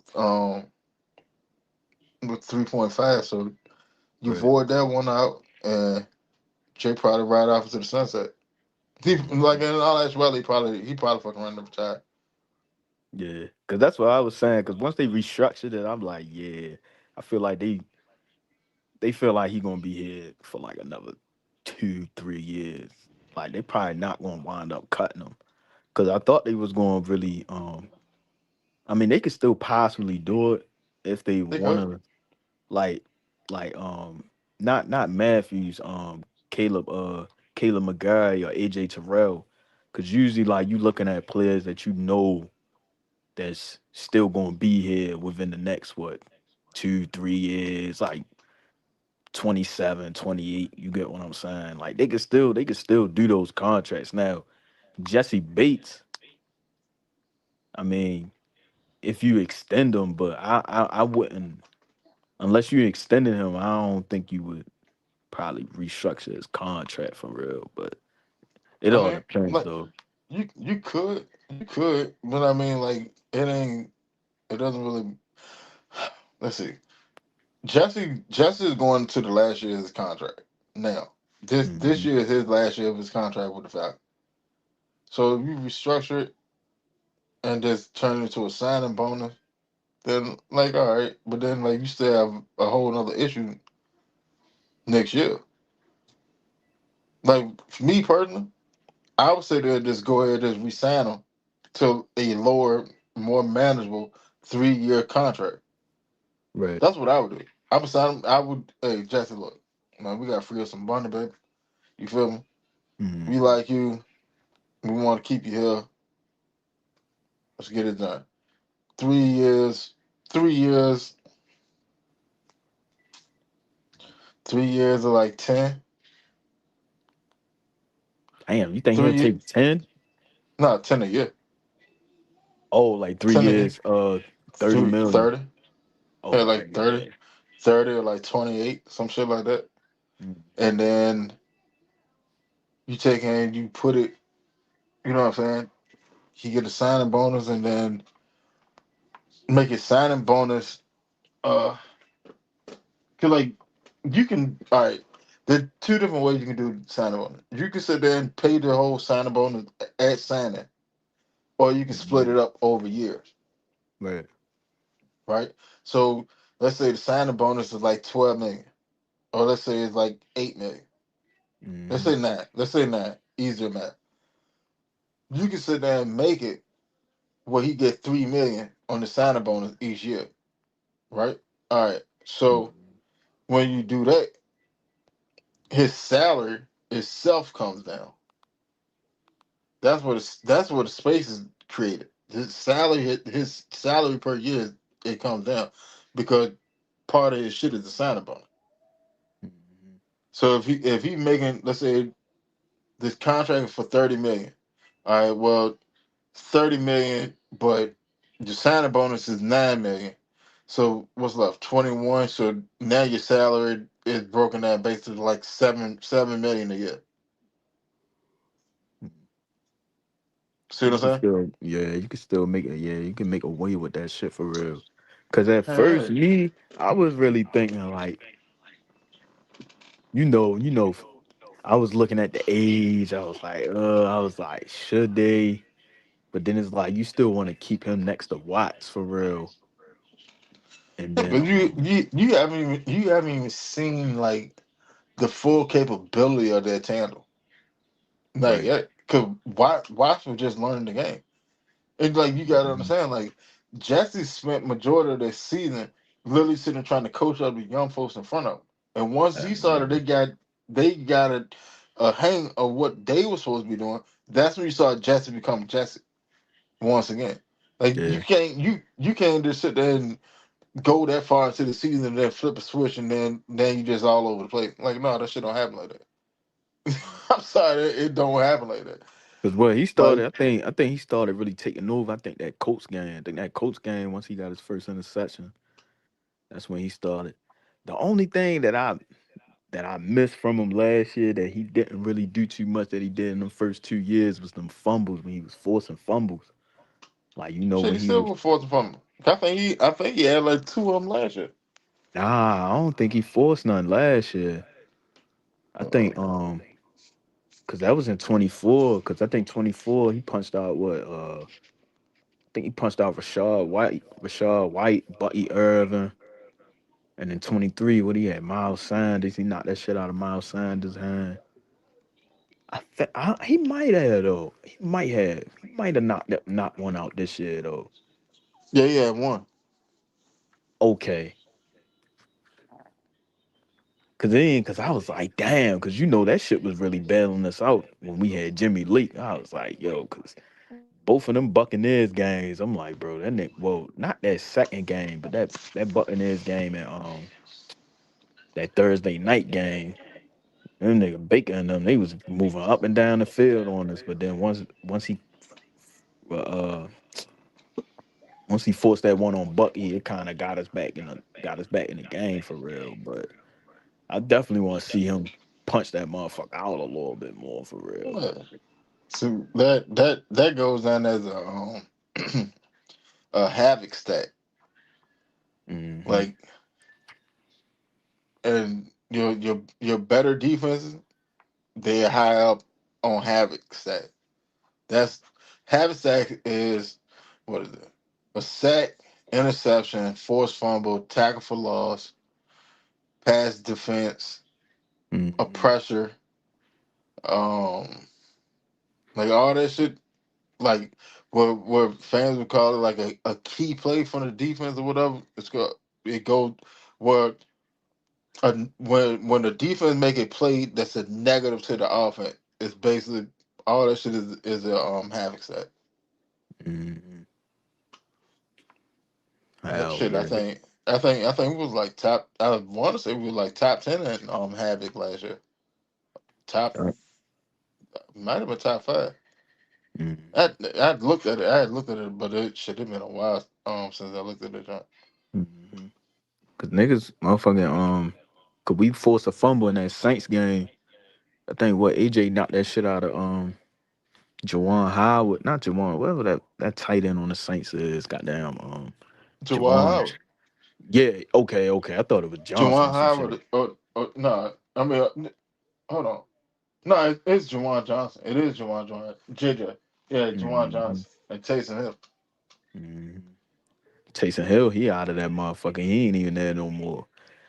I feel like, see, the Saints, they offense might be a little better depending on what they do in the draft. But I feel like they defense finna take a step back in my opinion. I mean, they got Caden, but Shit, Cam a free agent. yeah, Cam Jordan, yeah, he might leave Cam, because he had Cam, like what 10 sacks last year. no, Cam's a free agent. Um, who else? Demario gone, Alante Demario Taylor went to the gone, Jets. Alante went to what, the Colts? Tennessee? No, he Tennessee. went to Tennessee. He went to Tennessee. Mhm. Um, 'Cause I think hell, what after, They after got Jordan Reed in the back end, and yeah, they can have that. yeah, you get what Um, I'm saying. yeah, they can have that. Kool-Aid. Shit, Alvin Kamara might be gone. Hell yeah, Alvin might be out that motherfucker too. Yeah, but And they took him. We got Travis Etienne too, though. yeah, I seen they grad ETN. I was like, okay, because what they gonna have him and Kendra Miller. Yeah, if Kendrick can come back from that ACL, what was it, ACL or Achilles? One of them. He Damn, that fucked nigga up got one of them. hurt. I didn't even know that nigga Yeah, got hurt. no, that motherfucker got hurt. He got Damn. hurt. Then he got hurt. Then Kamara got hurt, and then they was on, what was it? They practice squad running back. Hmm. Like by the time we played the Saints, they was already on their practice squad running back. Oh yeah, they was banged up like a motherfucker last year. Cause what they had, cause Rattler. Cause I pay attention to the whole division. I ain't gonna lie. Like I be paying attention to all they moves that they be making for real. Cause I don't know why. I just be I be having to lurk and see what they Shit, man, doing. you gotta know. Yeah, You gotta you play these get what I'm motherfuckers. saying? I want to know who the hell I'm playing. Hmm. Real shit.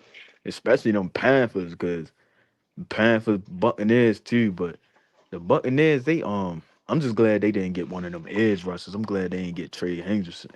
I ain't gonna lie. I'm glad they didn't get nobody on that pass rush. For real. Cause all they got cause they had Hassan Reddick on one side, then they had Diaby on the other side. And they back end really bullshit other than Winfield. Like Winfield really be just like how Bates was really bailing us out. Winfield really a bail them out here and there for real. But other than that, they secondary really ain't really all that. They got Zion McCullum. He decent, but his little ass be getting burnt too though. Yeah, but shit. I mean, like that's the thing. Like when you're a young DB, Hmm. like you got to go through it. Like there's no other way for it. You have to go through it. Like you have to go match up against those tough matchups and see and get a feel for it. Right. There's a reason why you have top tier wide receivers and second tier wide receivers and third tier wide receivers. And if you want Hmm. to be a top tier DB, you have to figure them out. You got to figure out them top tier wide receivers when you play them. But the only way Right. for you to figure them out is to actually play them. That's why I Yeah. said like with Kobe Bryant this year. When we played on Tampa Bay and he first got in the game, I Hmm. loved what Kobe did.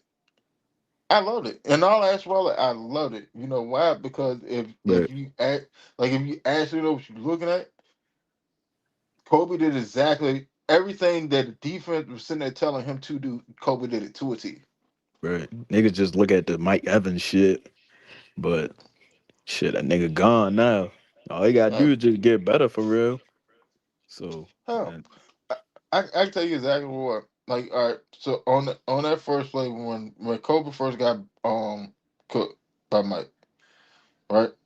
mm, From that point on, they said they told Kobe, "Hey, look, we're not sending you a double. We're not doing that. This is what we're gonna do. You're gonna line up on inside lever, force his ass to the sideline. That's your help defense, the yeah, sideline.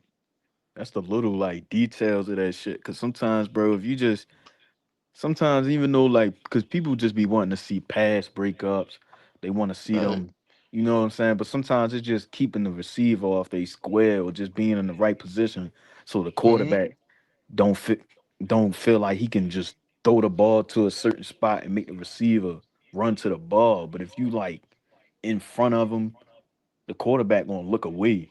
Cause you know that's you taking away his read for real. If you take away his read, you doing your job. You get what I'm saying? Like people don't That's what really I'm saying. be people don't look at Like it like that.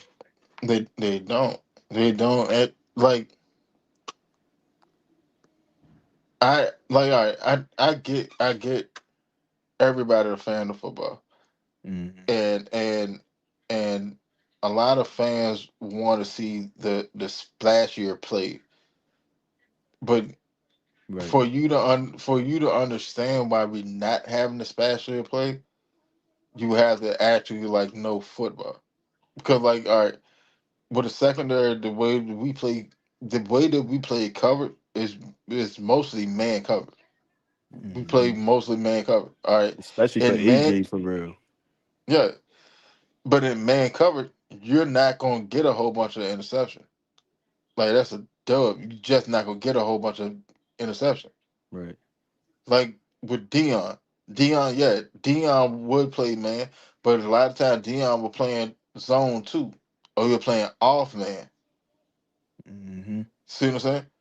Yep. That's where you have space, so you can peek in the backfield and you can sit there and jump routes. You can bait routes, Right. right? Because you can sit there and feint like well he got to step on with da, but in your mind you're already loaded to trigger on the throw. You just wait for the throw to get in there. See, and that's Because why I really as like soon as what he I. caught that, Oh, we'll go go. ahead. Go ahead. Oh no, go ahead.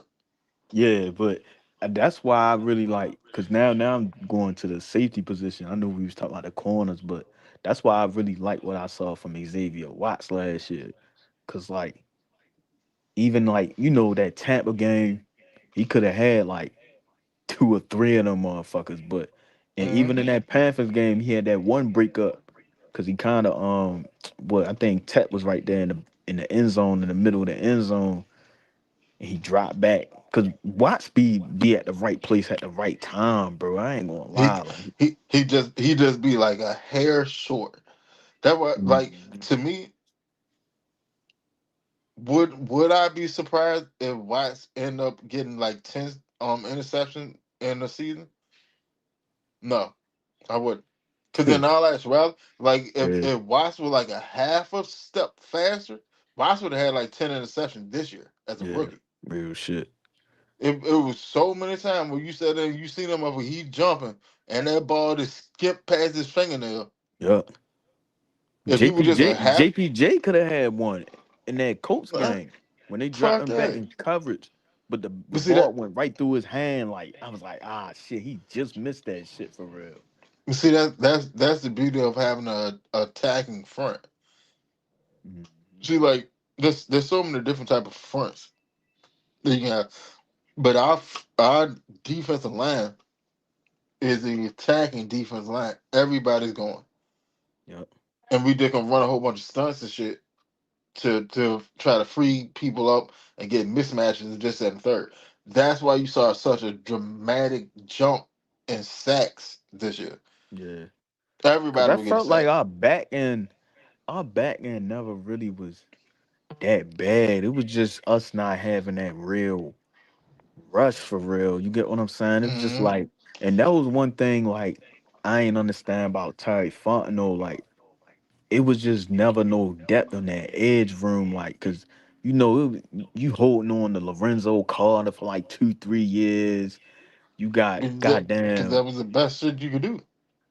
yeah, Cause you got to think about yeah, it.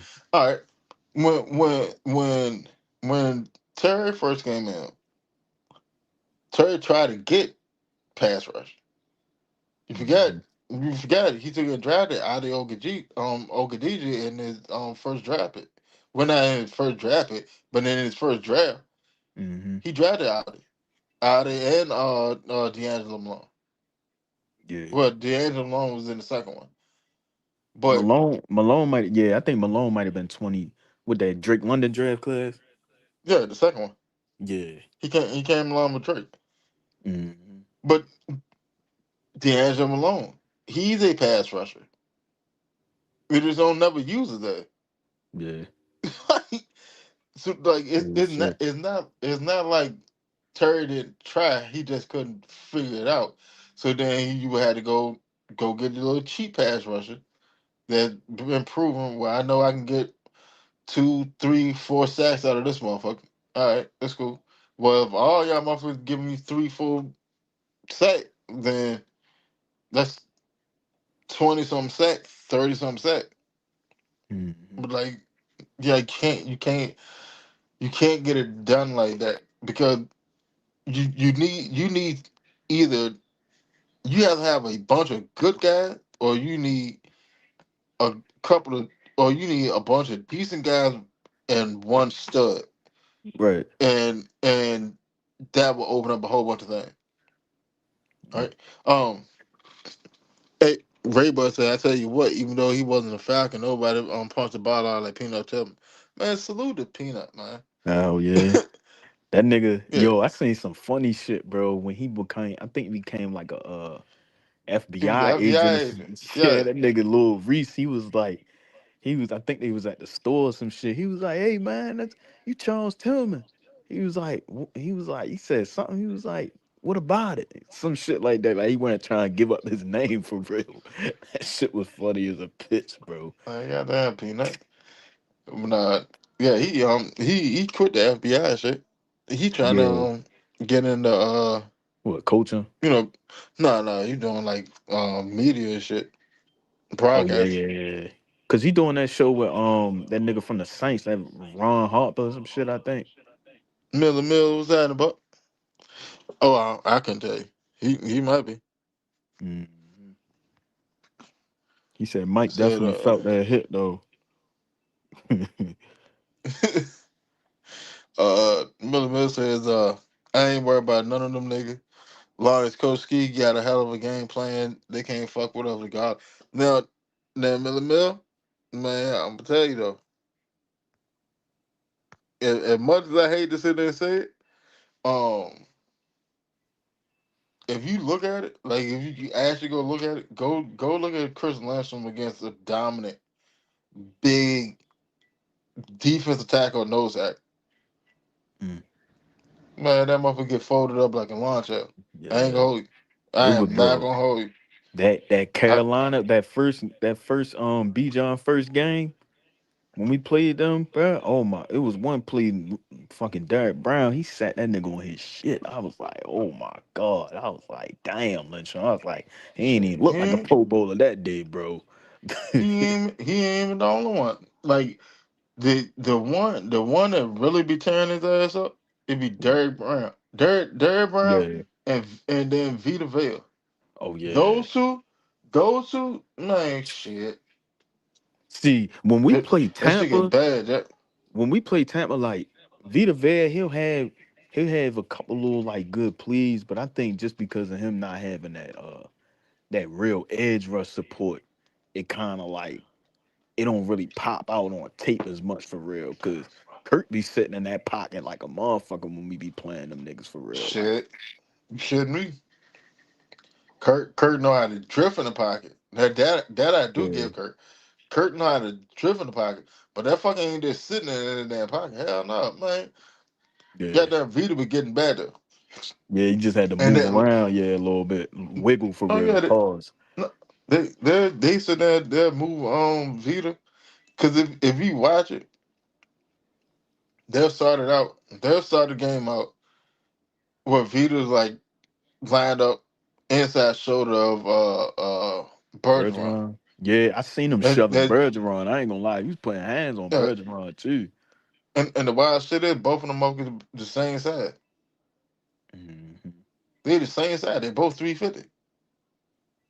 See, so then they'll start off with that and let the defensive tackle um sit in and push so they can see how Lindstrom and Newsel block the defensive tackle. Hmm. Then they'll sit there and run a stunt. But you what they do? They'll sit there and run a stunt where Vita is looping full steam ahead, and he smacked the shit out of goddamn Lindstrom, man. And now the pocket of goddamn collapse. Yeah, cause Now B you got an John issue. don't really, cause B John don't really have no good running games against them. Like B John really be more effective against Tampa. Like when he get the screen plays, like he more effective Uh-huh. in the passing game when we play them.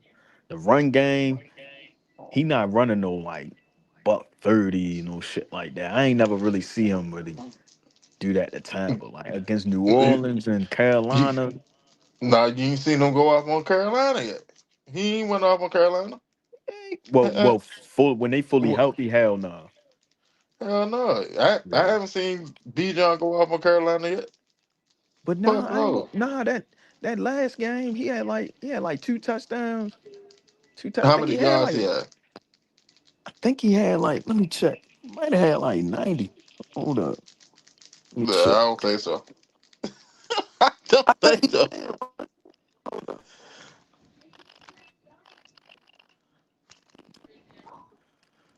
Jordan Texas, what was happening, man? Hey man, as soon as you said the mics were good, as soon as you said the mics were good, Zay Zay might have went to hell.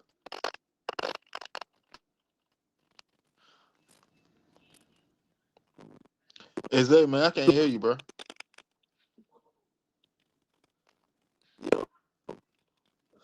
Yo, that John gritty, man. That John gritty like an episode of The Wire. Can y'all hear Zay clean?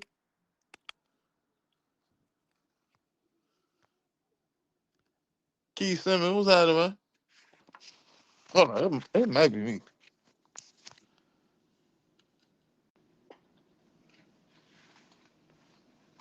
Zay, Zay, yo, hold on. Y'all give me 1 second.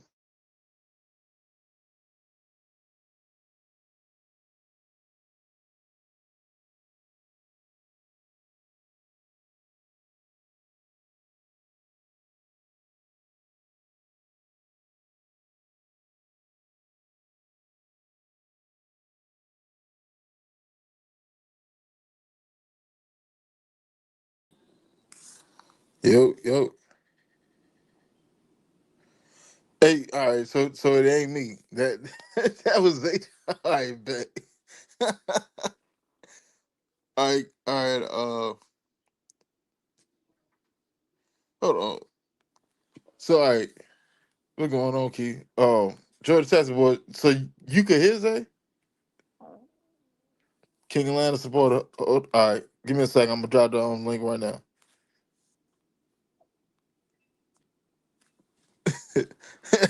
That man said that man got lost in the algorithm.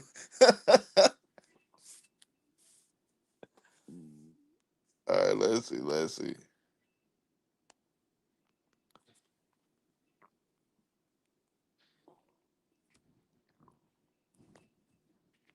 what? Yo, Yo, my shit good now. Zay, Yo. I can't hear you, bro.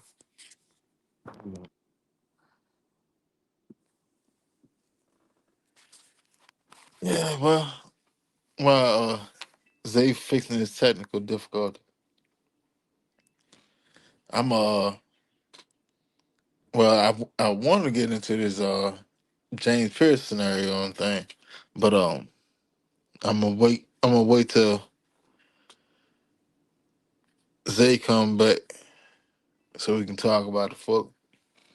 But yeah, well, while we sitting there waiting and stuff, how y'all feel about what's been happening in free agency so far? Yep, I got good mic. Zay, Yo. God damn. What's up? Zay, Yo. Yo. Nigga don't hear? stay on, Zay. Don't drop out. Stay on. All right, bet. If you can hear me, can you hear me? Yeah. Hold up.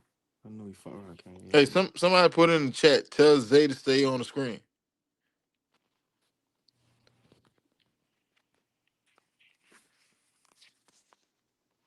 Wait, chat hear me? Y'all hear me, chat? I knew I wasn't tripping because I see my mic move. I think Winston don't hear me, chat. But I ain't gonna hop off. I ain't gonna hop off. I don't think Winston can hear me though. Yeah, Ray Bud, real shit. Oh, you can't. You So can't hear. y'all can hear Zay, but I can't hear. That shit crazy. What the fuck, man? That shit crazy as fuck.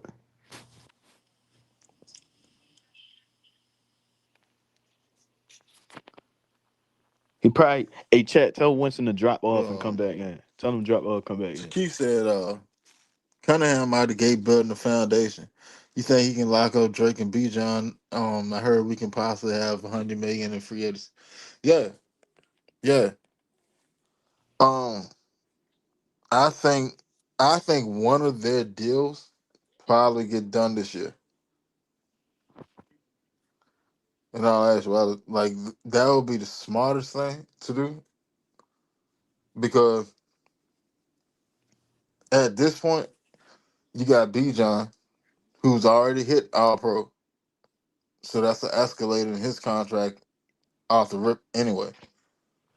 Then you got Drake London, who could have easily been a Pro Bowler last year if he hadn't started getting hurt. So financially wise, it's better for you to get the contracts done early than to sit there and wait on it. So um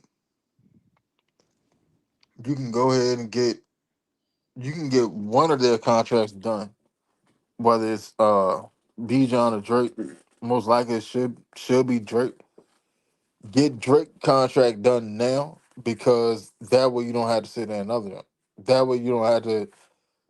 I put it to you like that: the more accolades that Drake is able to rack up, then the more he's going to cost you. Like right now, Drake just off of the market, Drake is probably like a $30 million wide receiver. All right,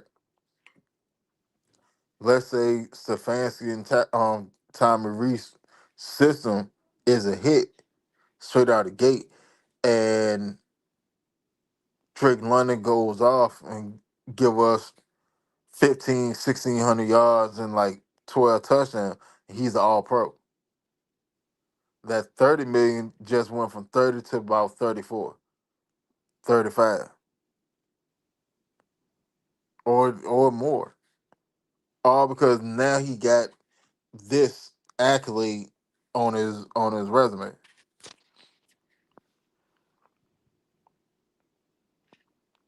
Yeah, give me 1 second. Hey Zay, go ahead holler at him. All right, bet. But chat. I know Winston ain't hear me. That's why I ain't really say too much. But Drake, he might got a I don't know. It's confusing with Drake because what I heard, the article I've read, the amount that they feel like he should get weren't even nowhere near meeting that the $30 million 30 million mark. And I feel like, Drake, he probably feel like he one of them wide receivers, as he should feel, and I feel like he is. Like we said, he had his injuries this year. Even in that 4 game losing streak that we had, him and Penix was getting it going. When you seen him in that Indianapolis Colts game, you seen him in that Patriots game. He was going crazy, 3 touchdown game, the Panthers game before he got hurt, before Penix got hurt. He was already going crazy in the first half. You gotta get that man his money for real. I mean, the reporters, I just feel like I always keep saying, Falcons reporters, they don't ask the right, excuse my language, they don't ask the right fucking questions. They ask all the goofy shit. They ask the same questions. Is Mike Penix the quarterback? What is going on with Mike Penix? They don't ask about the overall roster. They don't ask about the the wide receivers, no contracts, and they don't even gotta ask the question where you gotta get all and where you trying to get all the information. All you gotta do is ask them: Is there any negotiations between Drake London? What is y'all status on Drake London? Just like how y'all asked Kyle Pitts about the franchise tag. Ask him about, you feel me, Drake London. Where's, you feel me? Where do y'all stand with Drake London right now? How do y'all view Drake London? Does Drake London fit with the new regime? You get what I'm saying? So just just see where our GM is at with our wide receiver and our star running back. You get what I'm saying? I just feel like it's needed because we want to know. You get what I'm saying? Because what's the status of that? Are they working on it? Because we don't even know if they working on a contract with Drake London. We just going off of little articles and shit that we seeing, but we don't see. You hear me, Winston? Yo, can you hear me? Yeah, I hear you. Uh, Hey, what's going on, Alright. Miss B? Miss B, Hey, Miss B, man, pop in. what's happening? If you ain't doing nothing, pop in real quick. Damn, they got Georgia boy up in there, man. My boy Georgia boy up in that motherfucker too. Okay. I ain't even no Georgia Texas boys in that motherfucker. It's a new era, my God. But hell yeah. And you know what's crazy, Winston? I did a show earlier. YouTube, they just they ain't post the audio of it. I was going to send it out to y'all and see how y'all felt about it. I did like a little 40 minutes just talking about all the free agent signings and everything. So Yeah? yeah, hopefully cause I went live on YouTube. It went on StreamYard, but cause I gotta get the StreamYard back. I gotta get the StreamYard account back. I gotta do that. I gotta do that over for real. But hell yeah. But yeah, man. I want to see what they going. I just want to know where they stand at with Drake London. You get what I'm saying? Like, cause I know they know he I feel like they view him as the wide receiver one. I feel like they like Drake London. You get what I'm saying? But I just want to see where they meeting at. What's up? And you talking to his agent? Have y'all had conversations? What's going on? You feel me? Cause we ain't really heard nothing about it the whole free agency for real. So we I guess it's just a sit and wait type of thing. What you doing? What? All right. Now, I think a lot of players. Hmm. Well, outside, all right, outside of Bijan, I think, or and Kyle Pitts, I think Drake London. Me personally, I think they should go ahead and pay him now. That's Who just Drake or Kyle? Drake. Yeah, Oh, you could okay. have paid. You could have went on and paid Kyle now too. To be honest, Yeah, but that's a whole different argument. yeah, But real shit. um, You know how them conversations get, bro. Shit, me but me personally, I would have went on pay Kyle Pitt. I right. would have paid him a little. You know, hell, Yeah, we that's could have just went on shot it as a quick 2 year deal mm, and come back to the table on the second year. But it would have dropped the cap hit that we would have had. instead of having him on a fully guaranteed True. franchise tag. Yeah. Like that, uh, I get it, but I don't know. It just Yeah. You know where they I guess where they stand at. I don't know where they really stand at with them. Cause everybody, we all got our own opinions on how we feel about the whole, Kyle Pitts situation and what do we feel like he should have been tagged or not, or tagged, and then hopefully they work on the extension within the next couple months. I mean, it's still time to see if he gets extended or and I don't, Cal, yeah. what And you I mean, say? Cal, like you have up. Hell, you got up to the beginning of the damn season this summer if you really wanted to. But Right.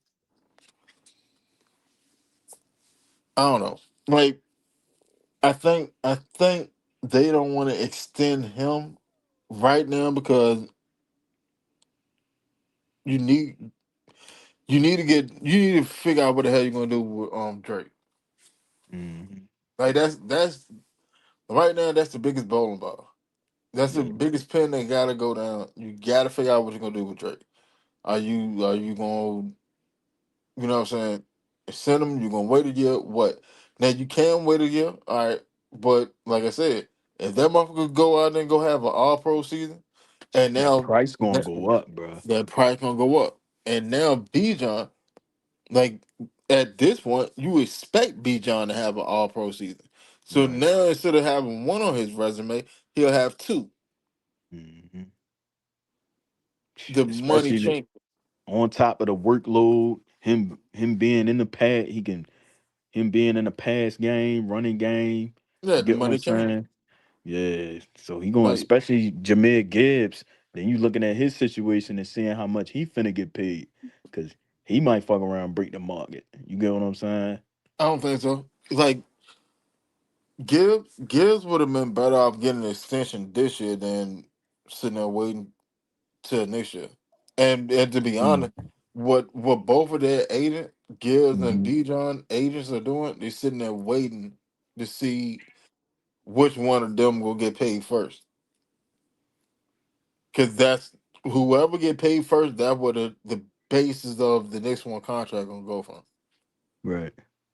But to be honest, Bijan is a better player than Gibbs. He's a Hell better yeah. running back. Gibbs Gibbs should about to get exposed because Montgomery ain't there to sit there and Hmm. soften up the defense. And Cause then he they went got and who was the other goddamn I they they got Isaiah Pacheco. yeah, like you got two small ass goddamn running back. I'm sorry. Like I mean, don't get me wrong. You can put up rushing yard, yeah, but Right. it's that the impact of the running game is not gonna be the same Mm. because you got two small ass running back. Pacheco is like Devontae Freeman, and he want to try to run through everybody.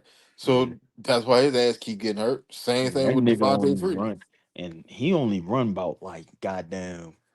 About what I be seeing, the games that I watch, and I don't want to make it sound like this, but I had him in fantasy last year, and it was my first time playing fantasy, and I he don't know was why the hell you got him. yeah him Ethan, but it was cause where I was ranked at in the draft, cause I was drafted a little later. It was like 15 of us in the fantasy draft, and niggas already took B John, niggas already took Gibbs. And then I forgot a couple other running backs niggas already took for real. And then I had ETN, Gibbs, not Gibbs, I said Gibbs, Pacheco. Pacheco, it looked like he only run about like 2, 3 yards a carry, or maybe even if he even cracked three, because I know he ain't averaged no 4 yards, no carry. Nah, I Cause doubt it.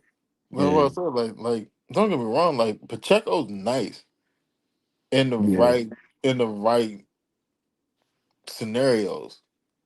Hmm. Like would Pacheco and Kareem Hunt did last year?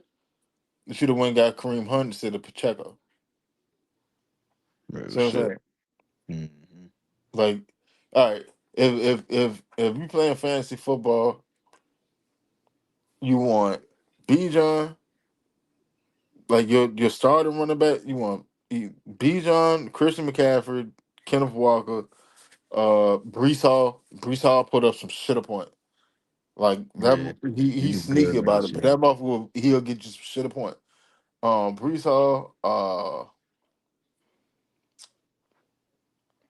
DeAndre Swift, Oh yeah, they was that Bears run David game was A. Chain, decent last year. I ain't gonna lie. Who yeah, was who was that Dave, second running back they had um, in what his name? Chicago? Like Mofongo or whatever.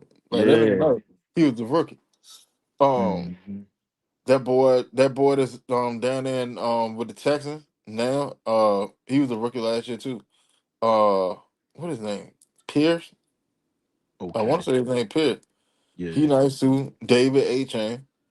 I mean, Devon A. Chain. Um, that what you want as your starter, and then But like your backup. Well, hell, you might want sleeper. Here's the sleeper, Tyler Algier. oh yeah, he gonna get that rock next year. I Yeah, ain't gonna lie, bro. there, He there getting you that sleep. hell. Then like your backup, or your second starting running back or whatever. Well, no, yeah, your backup running back, or you want flex or whatever. Um, get like a Tajay Spear, Hmm. um, Zach Charbonnet. Oh yeah. Um, Hmm. what's that boy? What's that boy behind? Should I get Gainwell in Yeah, Tampa? yeah. Yeah, I was thinking that. I was mad as shit Tampa got Gainwell. I wanted Gainwell. I ain't gonna lie. If he was gonna replace Bink, I mean not B John, Algier, but I don't think we was gonna be able to afford him though. We could have, but at the same time, like game was nice, but he's nice in the way that they use him, that Pittsburgh use him. Yeah. Like and Philly, like you're Mm, you're you're not a premier back. You're a dynamic back. Like you're a slashing back. Like you like a little Darren Sproles. hmm. You know what I'm saying? But like when you playing fantasy football, his skill set is built for fantasy football because you're gonna give rushing yard and you will give receiving yard. Hmm. See what I'm saying? That's why like Bijan, like a lot of time Bijan is usually like the first motherfucker drafted. Cause he stacked them points up crazy, Yeah, bro. He gonna take a chunk of them you're gonna points. give rushing yard and you're gonna give receiving yard. You gotta think about it. Motherfucker had 1,400 rushing yard and then turned around had another 800 yards receiving. Hmm. Oh, and because when my voice was going out, that Panthers game, he had like what 24 touches, I think. I think it said 24, but he had 104 yards, 2 touchdowns. That- That's a first. Nigga said that was a for not real shit That's though. a first. Cause usually they be shutting his ass Yeah, down. real shit. Usually Algier really be eating against Carolina for real. Hey Keith, I'm gonna come back to the JPJ situation because that's a lot of unpack. So I'm gonna say that towards the end of the show.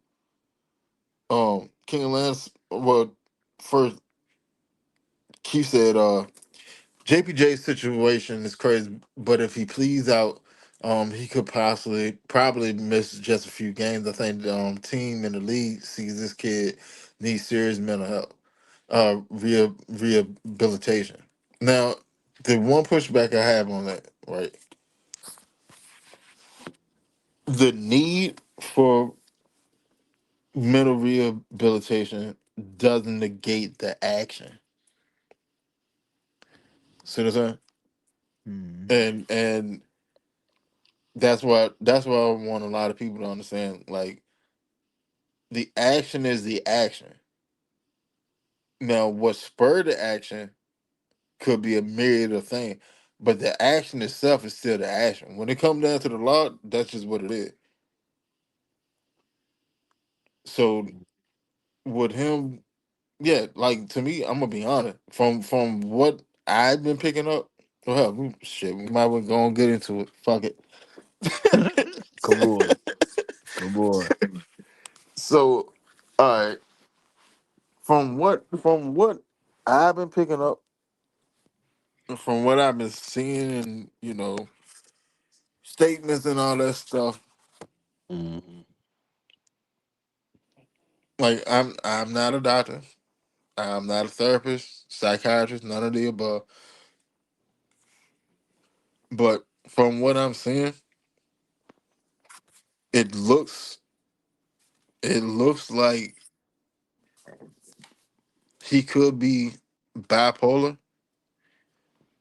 and battling borderline borderline personality disorder.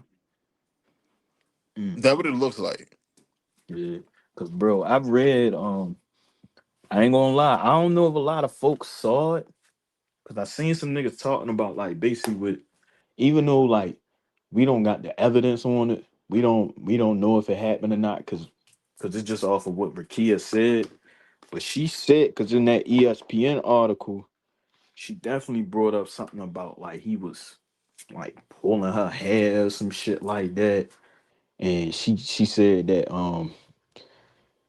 he didn't hit her like, you feel me, got, I don't know if it said hit, but like she got roughened up a little bit like a couple times throughout the whole relationship for real. But I this situation, yo, I don't really be like, I know it's more stuff came out and all that, but it's just, man, however that shit gonna go is how that shit gonna go. But I don't know. That shit a little. I don't know if that nigga gonna be off scot free. You get what I'm saying? But it's just, you gotta wait on. I guess there's something else coming up in like March, not March, in April or something. But just gotta see how it's gonna play out. Dang.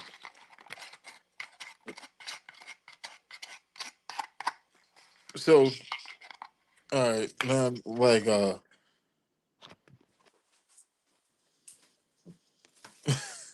hold, hold on. What? Uh, You ain't see that part with the pulling hand shit? oh, I seen all this. Oh, I was like, I know Winston read that ESPN article. I was like, oh shit.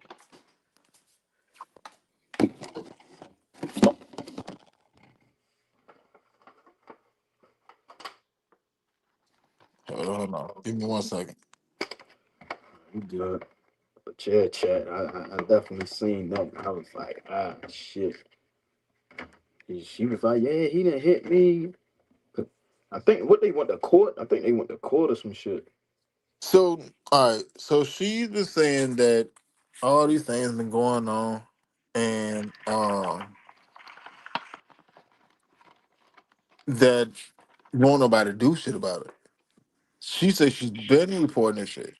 See, they've been dating since hell, Tennessee. yeah, like roughly like his freshman year in Tennessee. Mhm. They've been dating, and AZ Miller said, AZ, we need more Zeno like asking more Zeno asking questions. That motherfucker get to the point. Real shit. But Right? sometimes the only thing with Zeno, he only asks. I don't want to get off topic, but Zeno, he be asking the same question though. All Zeno asks is Michael Penix. He don't ask about everything, but he do get to the point though. He do get to the nitty gritty. See that's that military in 'em. You know what I'm saying? Cause like a military motherfucker, like majority of them, like they are built until I achieve this objective, I'm not going further. I'm not, Real shit. I'm not going further. So Yeah. you keep dancing around this damn question. Yeah, uh, he definitely a tap dancer. Vibe and said we in rebuild mode. We Vibe like we not in a real, we not in rebuild. We far from it, to be honest. Because the team, all right, I put it to you like this: you got to ask yourself this question: do you think the team that we had last year should have achieved more than what it did? Hell yeah. That's why you're not in rebuild mode. We gotta finish, bro. We gotta finish games. I'm not gonna lie, like But we that, like losing that, off of special teams, special teams giving up field position.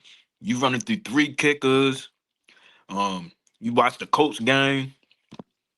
You give up a third and on 3rd and 21. You let Daniel Jones run for 18 yards to get a fourth and short. Um, you let goddamn Drake May. I mean, you had not Bergeron. You had what's his name? Um, damn, Guardian Cat, bro. What's his name, bro?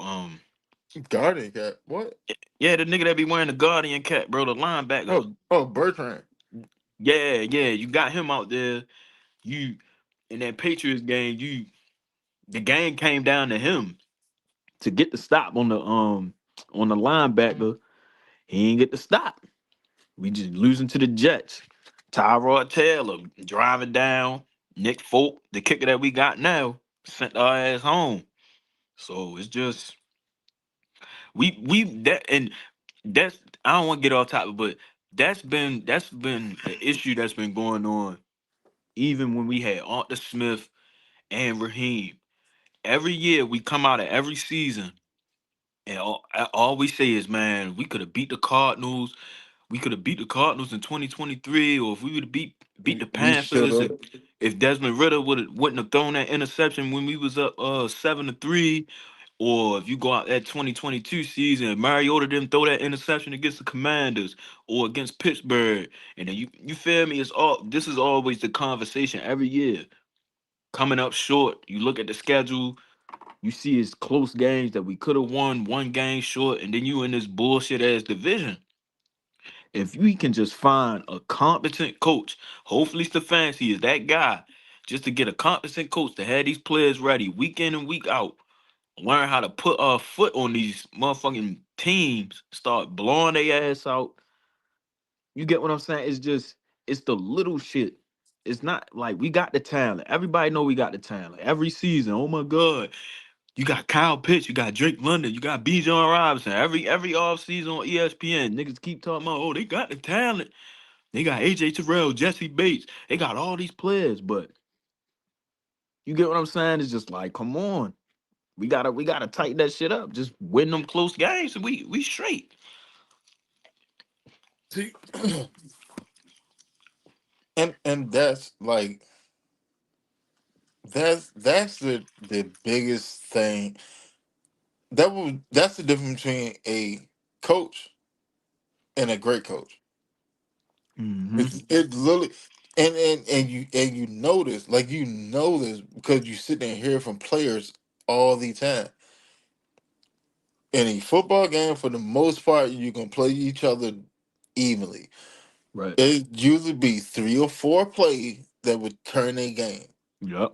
Every game. That's literally all it is. It's three or four game plays.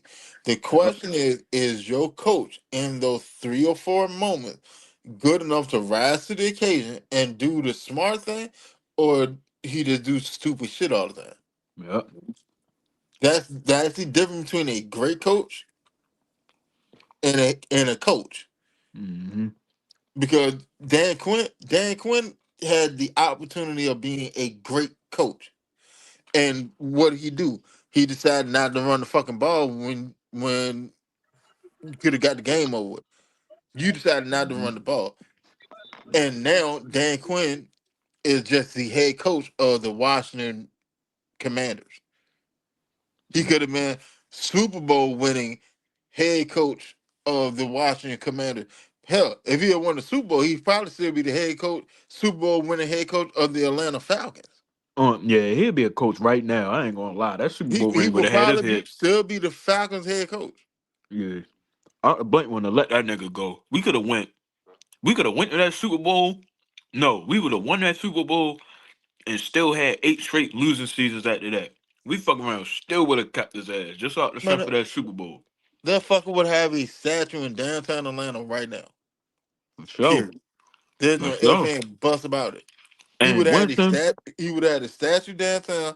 He still be riding around that motherfucker eating for free in Atlanta.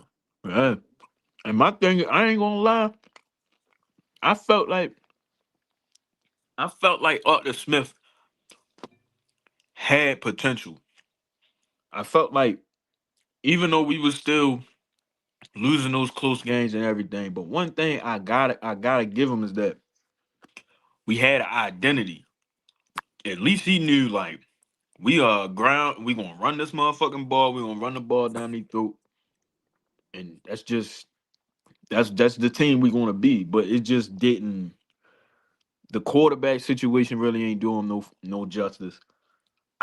Me personally, when we hired them, like that Tennessee team, I liked them. They had Ryan Tannehill, John Smith was doing his thing. Um, who else they had on that offense? Like they was cool, but AJ Brown, but I just don't think he should have been. He should have been a coach. I think that was more Mike Vrabel and Derrick Henry really going crazy. I don't think it was really his scheme, like that really got him over the hump for real. Like I don't know. Maybe that's just me. Hold on. Hey, Ray, you there? Oh yeah, people in the comment. No, Ray came on. He's on the panel. I Oh don't know shit. if you can hear me. Oh, I ain't even see that shit. He right there. He probably got to jump back in and jump back out. My nigga Red. Well, I'm gonna give you some little info because uh Leonard Floyd, Jarvis Landry was on a podcast earlier this week. Nah, that was Leonard Fournette. I mean, yeah, Leonard Floyd and that. Mm-hmm. I'm to the thing goddamn. Yeah, Leonard Floyd and that Jarvis Landry was on the podcast earlier this week. Mm-hmm. All right. Now, what they said made a lot of sense to why Kyle Pitt was drafted as Terry Fontenot's first pick. It made a lot of sense. Mm-hmm. All right. So they said that um all three of them, Fournette, Landry, and Deshaun Watson, all three of them was in a group chat together, right? And they all planning on coming when the whole Deshaun Watson situation was going on with us about to get Deshaun Watson. They all were gonna come to Atlanta together. They all was free agents at the same time. They all were gonna build a team here in Atlanta. So it would have been Deshaun Watson, Fournette as the running back, Jarvis Landry as a receiver, um, probably been Zacchaeus at the time. Well, no, matter of fact, because yeah. Russell Um, Gage. yeah, Gage was still here. Mm-hmm. And Kyle Pitt. That was about to be our offense in 2022. And they all thought about it and they was like, well, we all gonna go everything work out. The money and shit look right. We all gonna come to Atlanta. Um Arthur Smith, Arthur Smith had got into the conversation and he was sitting there talking to all of them too. Everybody was coming to Atlanta. Again, Crazy. Deshaun Watson, Fournette, and Jarvis Landry. All of them was coming to Atlanta. Kyle Pitts had just been drafted the year beforehand and put up 1,000 yards. All right, so you got 1,000 yard wide receiver, 1,000 yard receiver, 1,000 yard tailback. They got a Super Bowl ring. Yeah, Like, because that's right after he left Tampa, right? He would have been leaving yeah, Tampa. Yeah. all them boys were gonna come to Atlanta together, right? All right. Mm-hmm. So when that happened, and so everybody's in cool. This is during the free beginning of the free agent period. Everybody's in cool. Everybody's on the same page. All right, and then Cleveland came out of the fucking blue. Overnight. taking through that offer to Watson. Watson took the offer before he talked to them. Didn't nobody know what was going on with Watson and Cleveland. And Watson take the offer, and then after he took the offer, they found out when everybody else found out, along with Arthur Smith. They found out. Everybody found out at the same time when it popped up on the TV that Watson was going to Cleveland, and that's how all that shit took and fell apart. Yeah, I seen that yesterday. I was like, oh shit, because I knew it was just Watson, but I ain't know it was that whole plan around it. But you know, Watson, he was still at the top of his game because people wouldn't mind playing with Deshaun Watson at how he was playing in Houston for real. But Exactly. because he wouldn't have just came there empty handed and just came there with the receivers that we had for real, especially Julio Jones was Julio Jones was already gone, and then whatever the fuck they was gonna do with Matt Ryan for real, and then because I seen that, but they said that he actually communicated to him back after Cleveland after he signed with Cleveland, like he texts him and he texts Leonard Fournette and Jarvis Landry and basically told him like, yeah, that's my fault, He, blah blah he, blah. he apologized to him. Yeah, that was just some money he couldn't turn down type shit for real. But yeah, and that Now, oh, go Miller, ahead. Miller, I say that. I'll say that.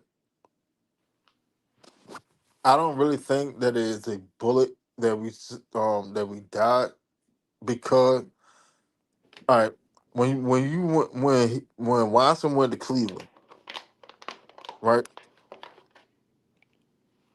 They they were pushing him as a upper tier quarterback, where I'm relying strictly on well for the better part of the game. I'm relying on your arm to get the job done, right? Opposed to him being in the Arthur Smith system, where you're not gonna throw the ball that much. We just gonna run the rock. We're gonna run the air out of the ball. Just make the plays when I need you to make the plays. Watson could have flourished in it. Now think about it. All them boys would have came. This would have been the same year that we took and drafted Drake London. So it would have been Drake London and Jarvis Landry together. That wouldn't have been a bad fit, bro. I See ain't what I'm gonna saying? lie.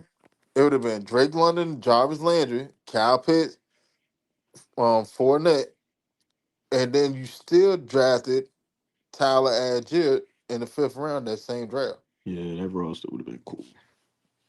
That offense would have been crazy, Jack. Yeah, I ain't gonna It lie. would have been crazy. Yeah, cause we wound up pivoting, and we had to get Mariota. Yeah, you was in scramble mode at that point. That's how you end Mhm. up getting the Mariota and Mhm. drafting Desmond Ritter. That's how that shit fell apart.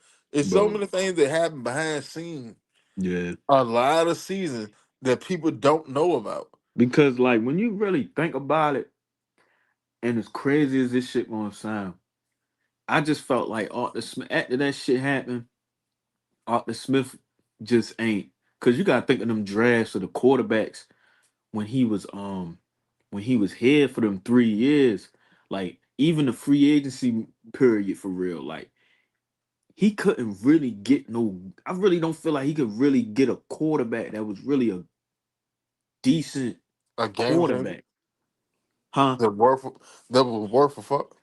Yeah, you get what I'm saying. I just don't think he never got a chance because imagine if we would have kept him for the 2024 season and he was able to go into that draft where you had a Drake made, even though Chicago, Washington, they probably and New England, they probably wasn't going to trade out of them spots for real. But you still had Mike Penix, Bo Nick. Me, I always felt like I'm like, bro, Arthur Smith would have took Bo Nick's ass, bro.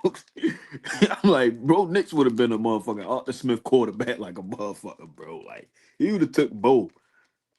No bullshit. He would have took Bo Nix, bro. as he should have. Hell, like to me, and still to this day, I still Mm. think Bo Nix is better than goddamn Drake May. Mm. I ain't gonna hold you. As a quarterback, I think Bo Nix is better than Drake May. And to be honest, that Drake May shit gonna get exposed. Don't get me wrong, Drake May is a good quarterback, a very good Mm. quarterback. But you got to look at who he actually played this year. Go Yeah. look at who he actually played, and then when he actually played solid teams that had solid defenses and shit, his Yeah. numbers were nowhere near the same. Bro, even against us, he was decent in that first half. We shut all that shit down.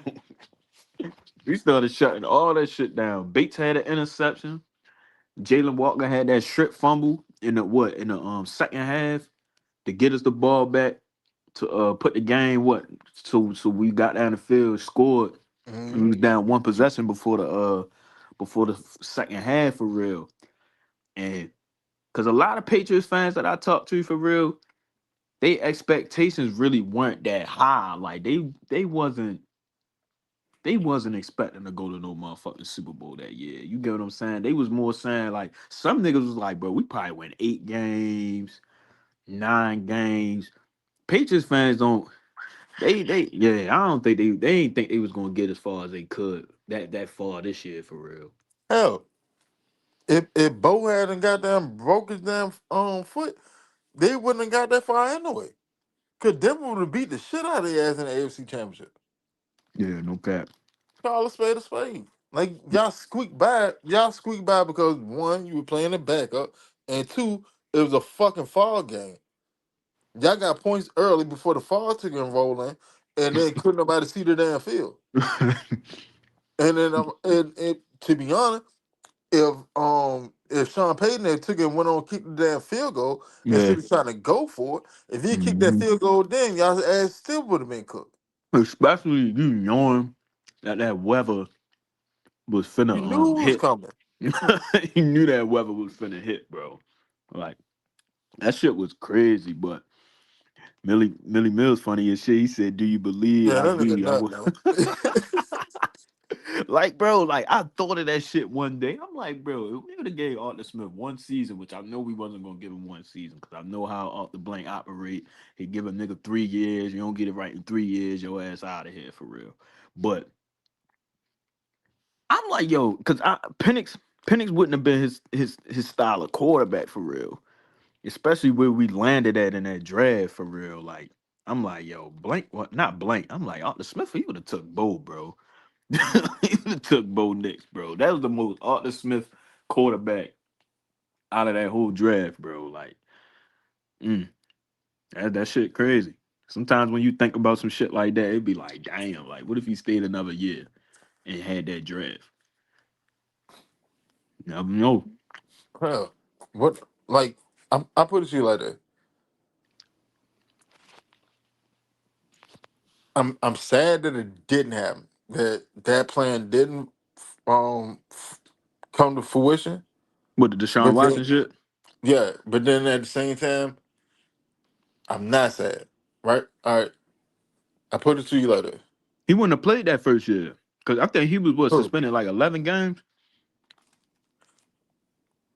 And that's possible. But he would have probably played. Even with him not playing, right? All right. Hmm. You still probably would have ended up getting beat on. You still probably would have ended up having a chance of getting beat on because you wouldn't have won that many games. But you would have had Drake London and Jarvis Landry here, right? But do you think we would have been? You think we would have won? Well, not. But like I said, we would have messed around and probably wouldn't have made the playoffs because Deshaun would have been hurt. Because I was about to say before I thought of that, I was like, shit, Deshaun, if he would have played that full season, we fuck around probably would have been a playoff team for real.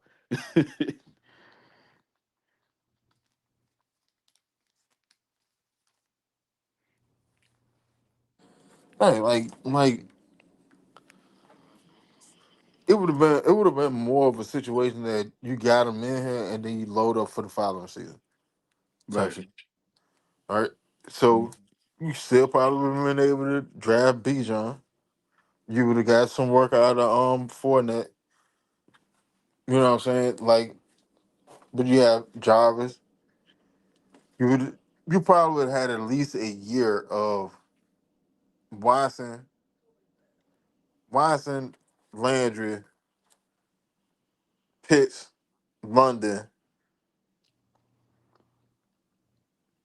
Bijan, Algier, Mm. Yeah, or because they would something have been different. yeah, Especially cause when did with the offense that we had yeah. during the Arthur Smith years. Mm-hmm. He just ain't had no quarterback to really run that shit. That's always how I looked at it. Like, even though a lot of niggas like it really felt like he had no other choice but to stick with Ritter, bro. It just felt like he had no other choice but to stick with Mariota and Ritter. Like he couldn't make nothing happen. Cause his first year kind of got fucked because I mean not his first year, that second year, like, all right, first year I'm gonna rock out with Matt Ryan gone, but they plan was really to get a quarterback at that second his second year. Like he was really trying to get a quarterback, but excuse me, that shit just ain't fall in play for real. Now that nigga in Ohio State. And that's the wild shit. Like, you know how different Atlanta Falcon history would have been if that shit had came to fruition. Huh? That's what I'm saying. Like, it always be some shit behind the scenes that people don't know about. They just end up casually coming out later on in the year. So when Always. yeah, so when people sit there and ride the head coach and GM and all this other shit, you don't know the full story. Like the same Mm. shit with James Pitt. You don't know the full story yet. Yep. Shit crazy, bro. Cause I watched that shit this morning. I seen that clip this morning. And I'm like, damn. Like, bro, we could have had both of them niggas for at least had 2 good years. Cause I remember that 2023 season, we was looking for a wide receiver. I think Jarvis Landry, he came for a visit, but he didn't sign. Cause I think that was the cause we had that was that same off season when we got Bates, Mm-hmm. Calais Campbell. Cause All I ain't them even boys. think, yeah, cause I ain't even think we was gonna sign Calais Campbell. Cause Calais Campbell, he wasn't even gonna come to us. But Calais Campbell, he said on the little press conference, he was like, okay, cause that's when he was talking about Desmond Ritter might be the Blake Bortles or some shit, might be like that Jacksonville team and shit. And then I was like, oh shit. He said that. Cause what? I think he just came from Baltimore. And I forgot where Calais said he was gonna go because Atlanta wasn't even on his mind. And then he actually just seen, he looked at the schedule, he seen like, yeah, they just losing a lot of close games. They just losing a lot of close games. Shit, if I come in here and help them out, shit, we can do something. Me, Bud Dupree, we can do something. Shit ain't happen like that. But Bud look like shit. Yeah, damn. oh God. Calais is a nice. I would have brought Yeah. Calais back. I ain't gonna lie to you. Bro, I heard that even though Yeah, I I still heard bring him they back. he might could come back. Niggas was I, talking about that. I've s- if Calais is willing to take a 1 year deal here in Atlanta, I still would bring him back.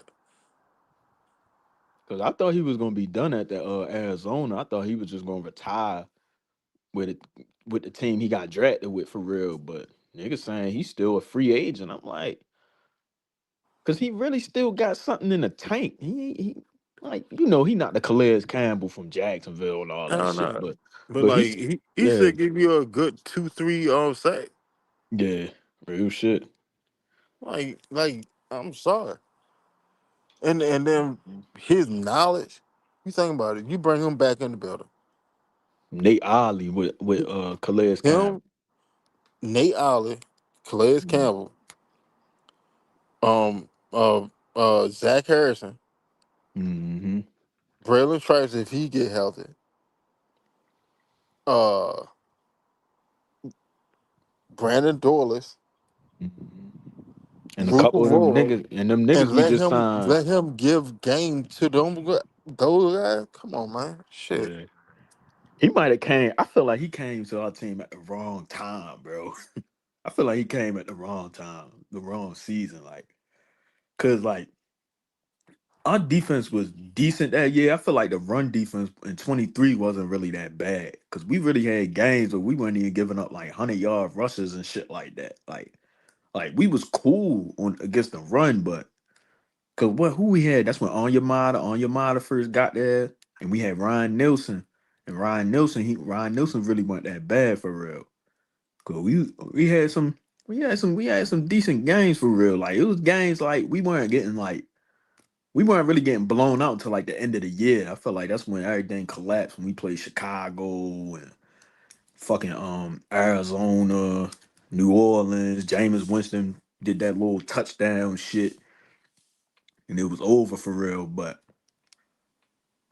we can still get Calais. I'd be fine bringing Calais in. I ain't got no issue with bringing him in. I ain't gonna hold you. Hmm. Because what he be able to bring just mentally Yeah. is worth paying that money to. Think about Harrison. Harrison was about to have a breakout season last year. And you mean I can learn from one of the greats? I can learn from one of Hmm. them. Cause Zach T- Harrison, he was there. He was there when Calais was there, right? 'Cause I think Zach was young. I think that was, we. Yeah, Zach was young. Mm-hmm. That was his first year. Hmm. I bring So him back. so now you got Calais back, and Calais sitting there. All right, young man.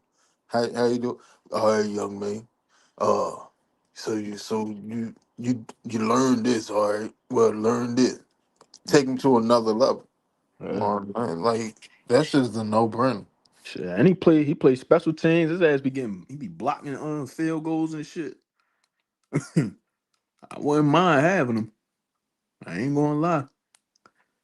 It's crazy you said that because I saw that earlier. I'm like Calais, bringing him back. 'Cause I want to know what his numbers was last year. Well, nah, I just want to watch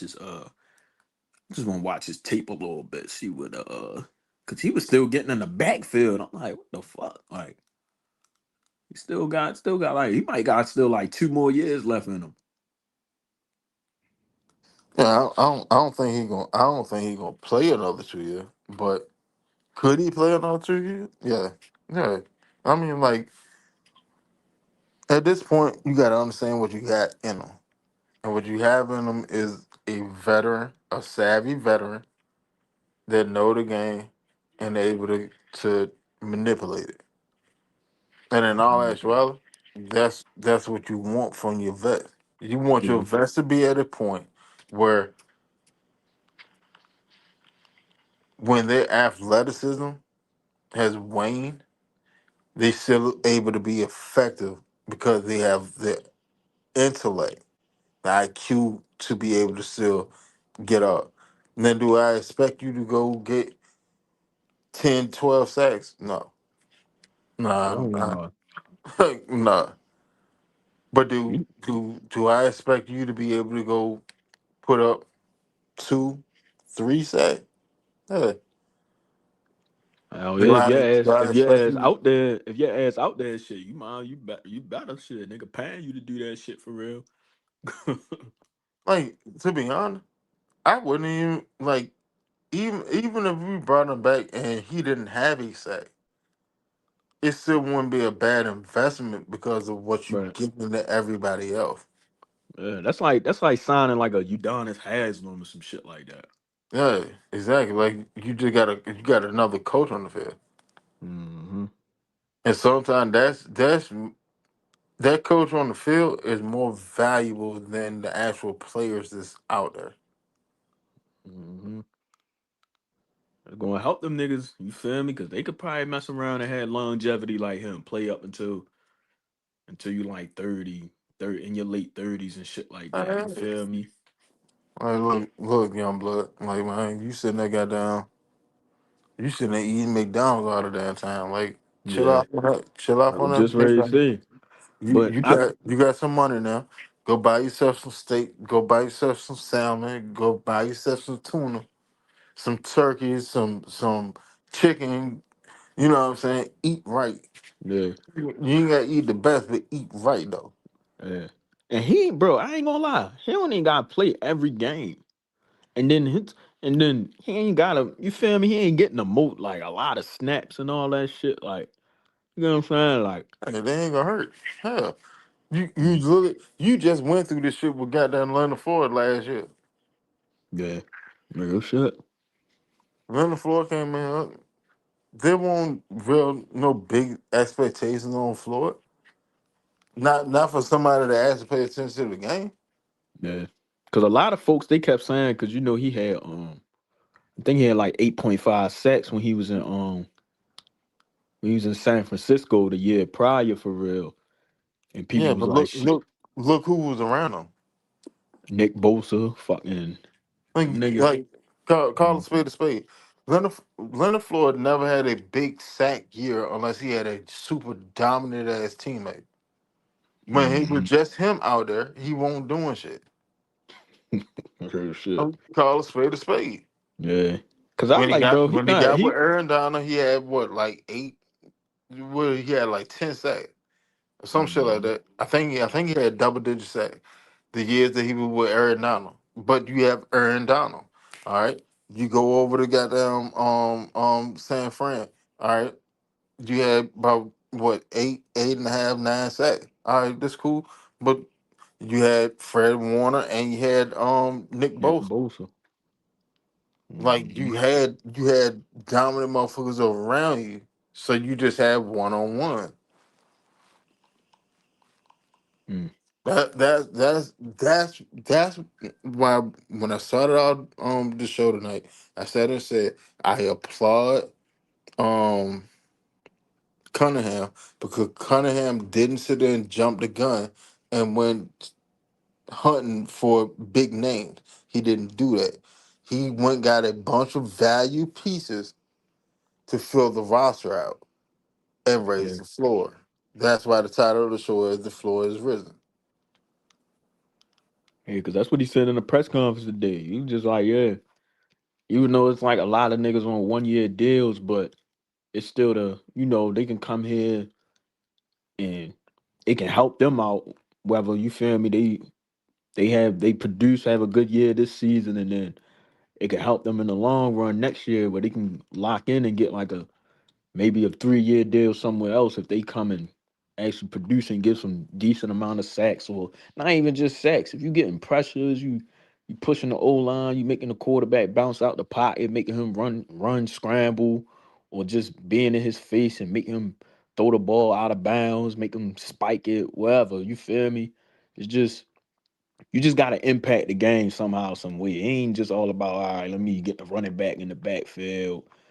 Cause sometimes that shit, it ain't. That's why I had to really understand football the more I got older. Like it's really not about the stats and all that shit, bro. It's like, how can you impact the game? You get what I'm saying? If you come in and you every rep just gotta count.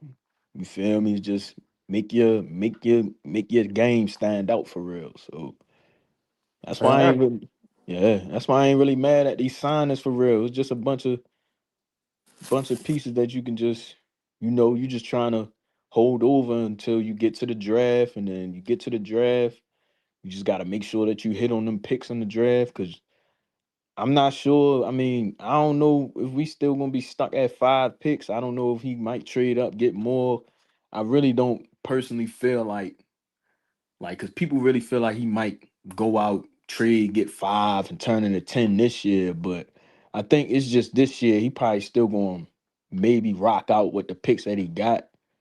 And then in 2027, that's when you're going to see, because that's when I'm going to really look at Ian next year when you got more picks and you got more money to work with for real. So we gonna see. I mean, I like what he doing, just bringing in depth pieces as he should. I mean, that's what you're supposed to do. You just working with what you got. You limited in money, you limited in draft picks. Go out and find some niggas that can rush. You feel me? That got some experience playing with different teams, different defenses, different coaches and everything. Just shit, just put it all together. Jeff Auburn, he can put it together for real. Yeah, see, like this year here, like you made the team better. So that's a positive in its own. Mm-hmm. You made the team better than what we had last year. All right, but then even along that vein, you put us in such a good position for the future. That's the biggest thing. See, like when Terry was getting later into his tenure here, he started swinging for the fence Yeah, because he he was kept. still It trying was to like, yo, he was yeah, trying I to ain't mean save to cut his you off. It job. was like he was just making up for the previous season for real. Yeah, but see, that's because you went out bad so many times that you gotta make up because you didn't drop so far behind. Your team itself is so far behind. Yeah, So you have to make up that ground. Somewhere along the line you have to. yeah, and So that's why. And I ain't mad at the James Pierce pick.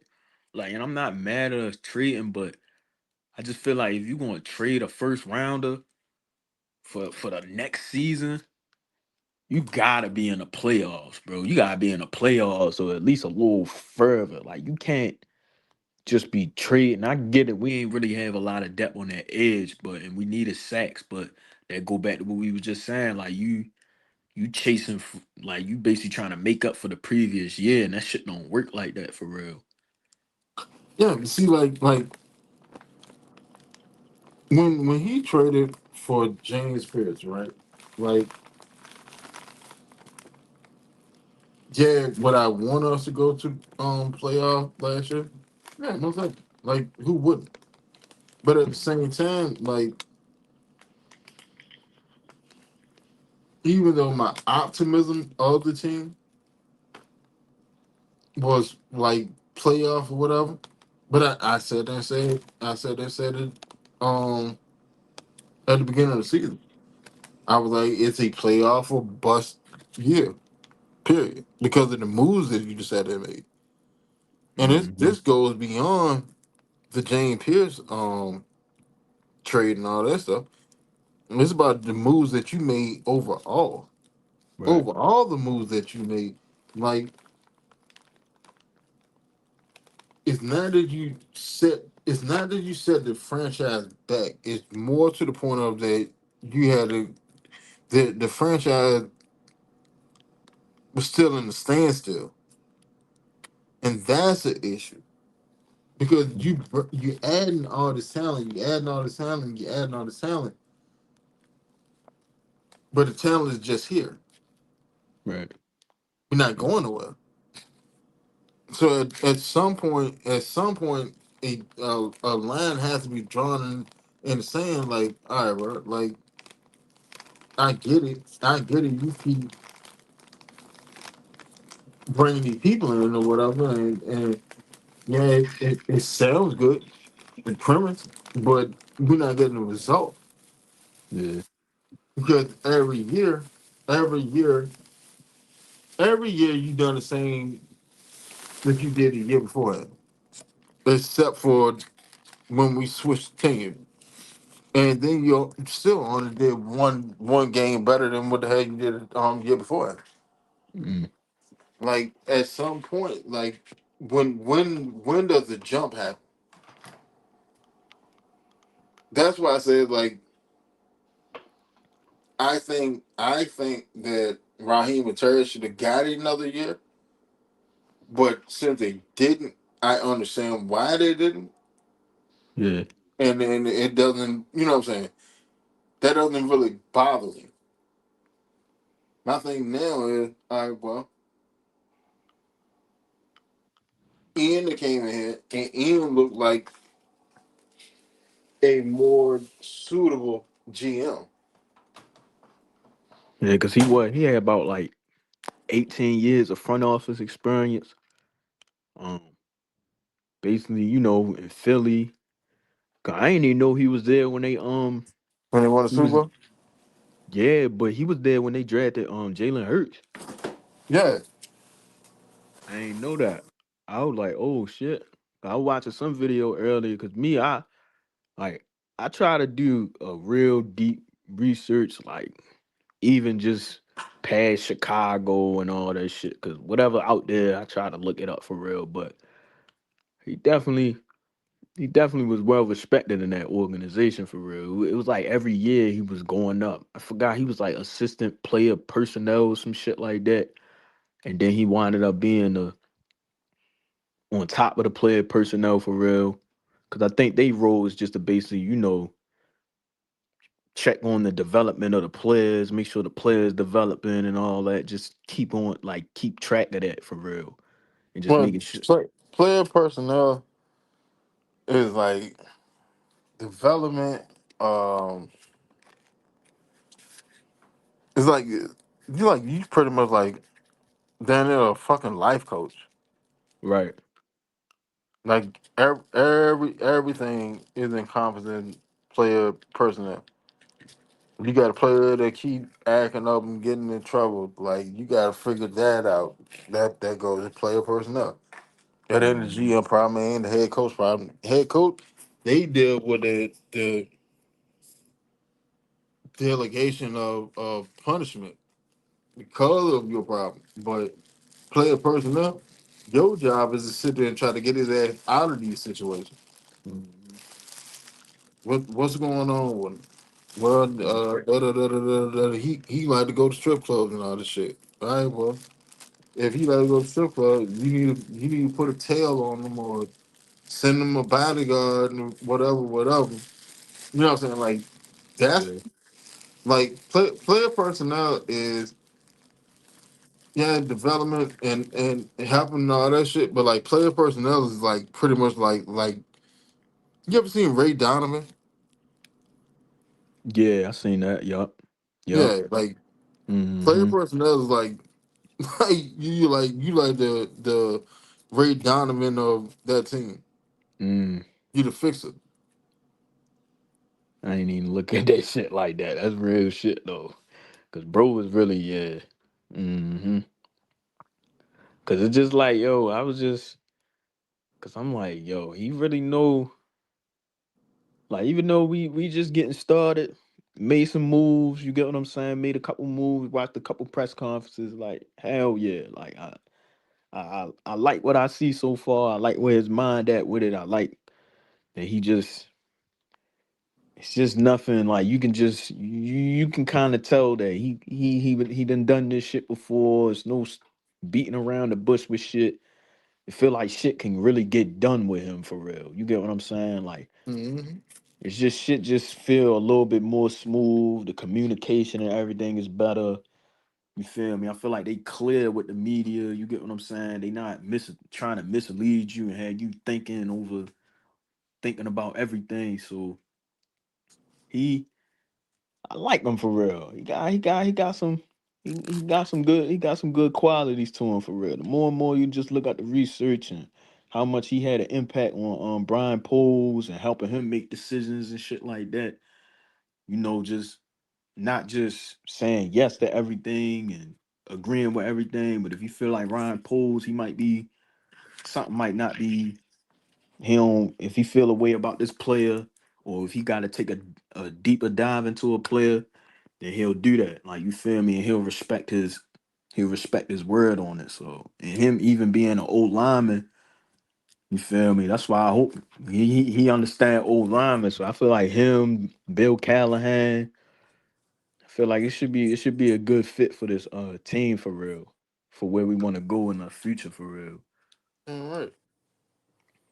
I'm about to say like the vibe, the energy is entirely different. And Yeah, then on top of that, like he just sound like he know what the fuck he's doing. yeah, And is like don't get me wrong, like Terry is a good GM. right. And I was Right? saying the same thing. I was like, Terry not as he ain't that damn bad. No, Terry's not that bad. But when you listen to Terry talk and when you listen to Ryan talk, it's an entirely different air of confidence that is exuded from both of them. Mm-hmm. Cause Terry, you could just tell he was still like learning as he go for real. Like that's why I was just like, that's why when we hired that sportsology group, Mm-hmm. I was like, because at first I thought we wasn't really going to take it serious. I thought we were just going to just hear them out, hear the consultants that come in the building, have them look at the team, have them look at the front office, the coaches, the players. They give they insight on what they feel like they should do with the team, which was what they told them was the shit. You might need to get rid of both of their ass. You need to clean sweep this motherfucker. But us knowing how Blank operate, we probably thought he was just going to listen to it, still do his own thing for real. But because I ain't think that sportsology shit was really going to do. I ain't think they was going to listen to it. But then once I seen the changes and shit made, because all the when they fired everybody, that shit was already in the works for real. And I Mm-hmm. think and did Matt Ryan have a did he play a part in like them getting fired too? Like them tired They and asked. you said yeah. Yeah, they asked. Damn. Matt had a hand in Terry and Raheem getting fired. Oh shit, I ain't know that. I thought that was just speculation. Damn. Mm-mm. Cause I keep telling niggas, and this is one thing I feel like if y'all ever get the time, just watch. Like if you ever catch them CBS, either NFL Today or like the interviews with Matt Ryan in it. Just watch how Matt Ryan just be not just speaking on the Falcons, but just speaking on the game, period. Like Mm-hmm. just him breaking down like, the Seahawks. Like he was basically talking about the Seahawks, how they built their team, and he was talking about the Chicago Bears. He was basically saying like how Caleb Williams, because his first year, Caleb Williams, he wasn't under center a lot. And he wasn't under center a lot when he was in college like that. And they was saying once Ben Johnson came in there, Ben Johnson had him more under center, really running that play action, really changed Caleb game for real. And then you seen that the team took a different shift. And then when you see who was under that, it was Ian Cunningham. That was, he was a part of that. You get what I'm saying? So I've really been paying attention. I've been watching what he, not just him on CB, because a lot of niggas just be like, yo, he like it's some JJ Redick shit, like, oh, he got the job just off of doing CBS and shit like that. But nah, because I felt like Matt Ryan, he really break the game down, like how, because he really understand what's going on in today's NFL. You get what I'm saying? Matt Ryan, what he retired like 2021, so he not really that far off. No. Matt Ryan just retired. Yeah, you get what I'm saying? Like if he could still play right now, I mean, he probably wouldn't, but he could have still played up until like 23 or 24. You get He what I'm did. saying? He just retired in like 24. Oh yeah, yeah, yeah, yeah. No, matter of fact, Officially, yeah. he decided in 25. hmm Cause he Well, was see, just. that Oh, that go ahead. that's why that's why because you brought up JJ Redick, but that's why JJ got his job. JJ actually knows basketball, Mm, like true. knows basketball. Like Coach K was sitting there saying this is why JJ was still in college. He said when he's done, he's going to go be a coach and he's going to be great at it because he knows the actual game. Right. Yeah, think about it. JJ Redick ain't no athletic motherfucker. I don't know. That nigga was just a shooter. That nigga ain't play no He's a defense. shooter. So Yeah. when like all right, you have players you have players that rely on athleticism, hmm Then you have like then you have high IQ players, and then you have players that have athleticism and high IQ. Right?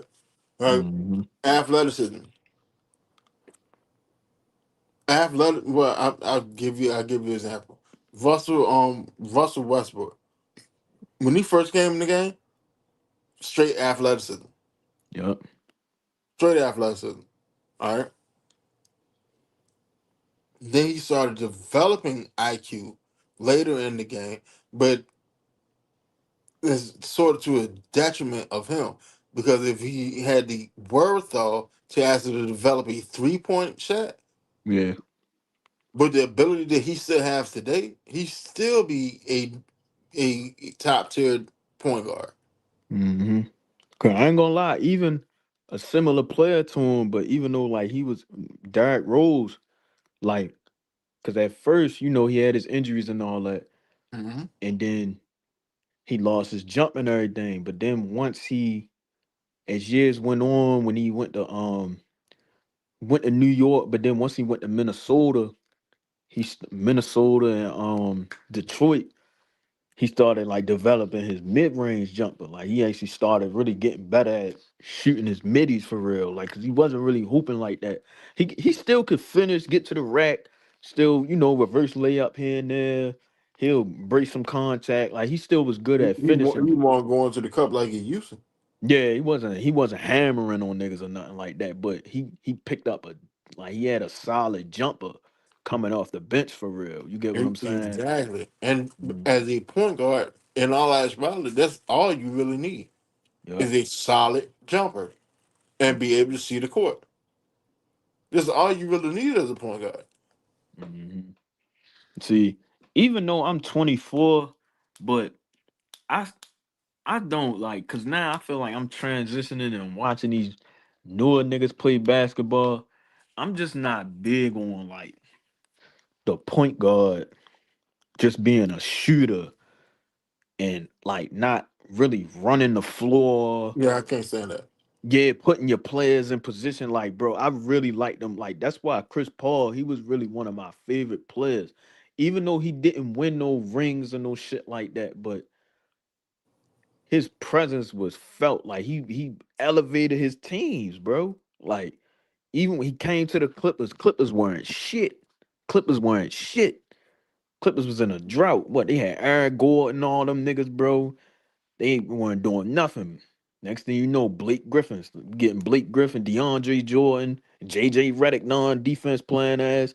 You getting them niggas in the playoffs. You get what I'm saying? Then you go to Houston. They win about 60 games. You put him beside James Harden. They going crazy.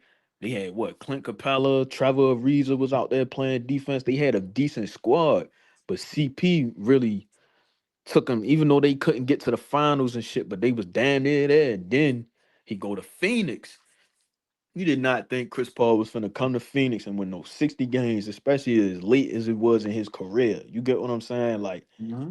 it was just the NBA, like, you really need a point guard.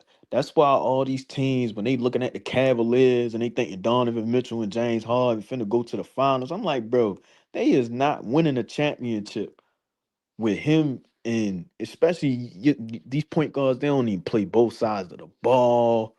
They don't play no defense like that. They ain't getting no steals for real. Like these niggas just chugging threes all day, bro. Like you not finna win like that. Like you need niggas like Drew Holiday as your motherfucking point guard, or you feel me? Like you need some players like that that can just they can make a shot here and there. They can bring the ball up the court. You get what I'm saying? And play some defense, switch. Like you need like point guards is needed. Like you get what I'm saying? Like I don't know.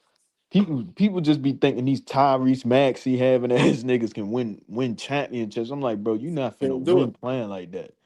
You can't do it. Hell, that's the problem with the Lakers. Mm. Real shit. You got what? Luca and Reeves I'm starting? telling man, I'm a Laker fan. I'm a LeBron fan, but I'm a Yeah, Laker fan too. right. Common sense didn't tell you that the Lakers can't win a damn championship. Not Mm-mm. without LeBron. They can't. Yeah. Mm-mm. Yeah. Then you have people that sit there and say, well, the Lakers are better without LeBron. Cap. That's cap. Fuck no. Fuck no. Braun still be passing the ball, even though he taking a step back. You get what I'm saying? He not the LeBron that he was, but But that's what LeBron been trying to do, though. LeBron been trying to take a step back. He was sitting there mm, trying to push AD so AD would be the leader of the team. yeah, But AD wouldn't step up and become the leader. He just became and a better player. He didn't yeah, become a leader. So mm, now you have Luca and you have Austin Reed. And Luca is like that player that, well, man, I don't give a shit. Give me the ball. Let me go right. hoop. hmm Give me the pick and Luke, roll. Put Luke the is like a KD. That's exactly how Luca is. Mentally wise, Luke is like KD. Give me a ball, get the fuck out of the way, let me do what I do. right. All right, that's cool, but it can only take you but so far. Mm. You can't win a championship like that. Kobe And was with your saying that lead shit dog. before he Kobe was saying that shit before he passed away, bro. He was talking about that. He was saying that same shit about them Houston Rocket teams. About like how James Harden. That's why even when CP3 left, they couldn't really because they wanted up not even having no point guard. But then they started running that dumbass small ball shit, and they had Mhm. goddamn Robert Covington running at the five, PJ Tucker running the five, PJ just sitting in the corner. Then you had who the fuck else they had on that squad, bro? It was just the small ball shit just ain't make no sense. And then you had Russell Westbrook. I'm like, bro, y'all not finna win. Y'all gonna make it to the playoffs because y'all got the talent. Like the talent gonna get y'all there. You get what I'm saying? You got niggas that can score. They play at a high level. They can win you games. But in a playoff matchup, when that shit get real and niggas really dial in on you in the playoffs, and niggas start really throwing hella bodies at you, niggas start throwing them wing defenders at you, bro. You not finna, you not winning no 7 game series playing like that. Like, hell no. Hell no. And you can't do it. You can't. You can't. No, Matt slander. hmm That shit crazy. And I Hold on. fuck. Oh, go ahead. Hold on. Miller Mill. Hold on. What Magic slander?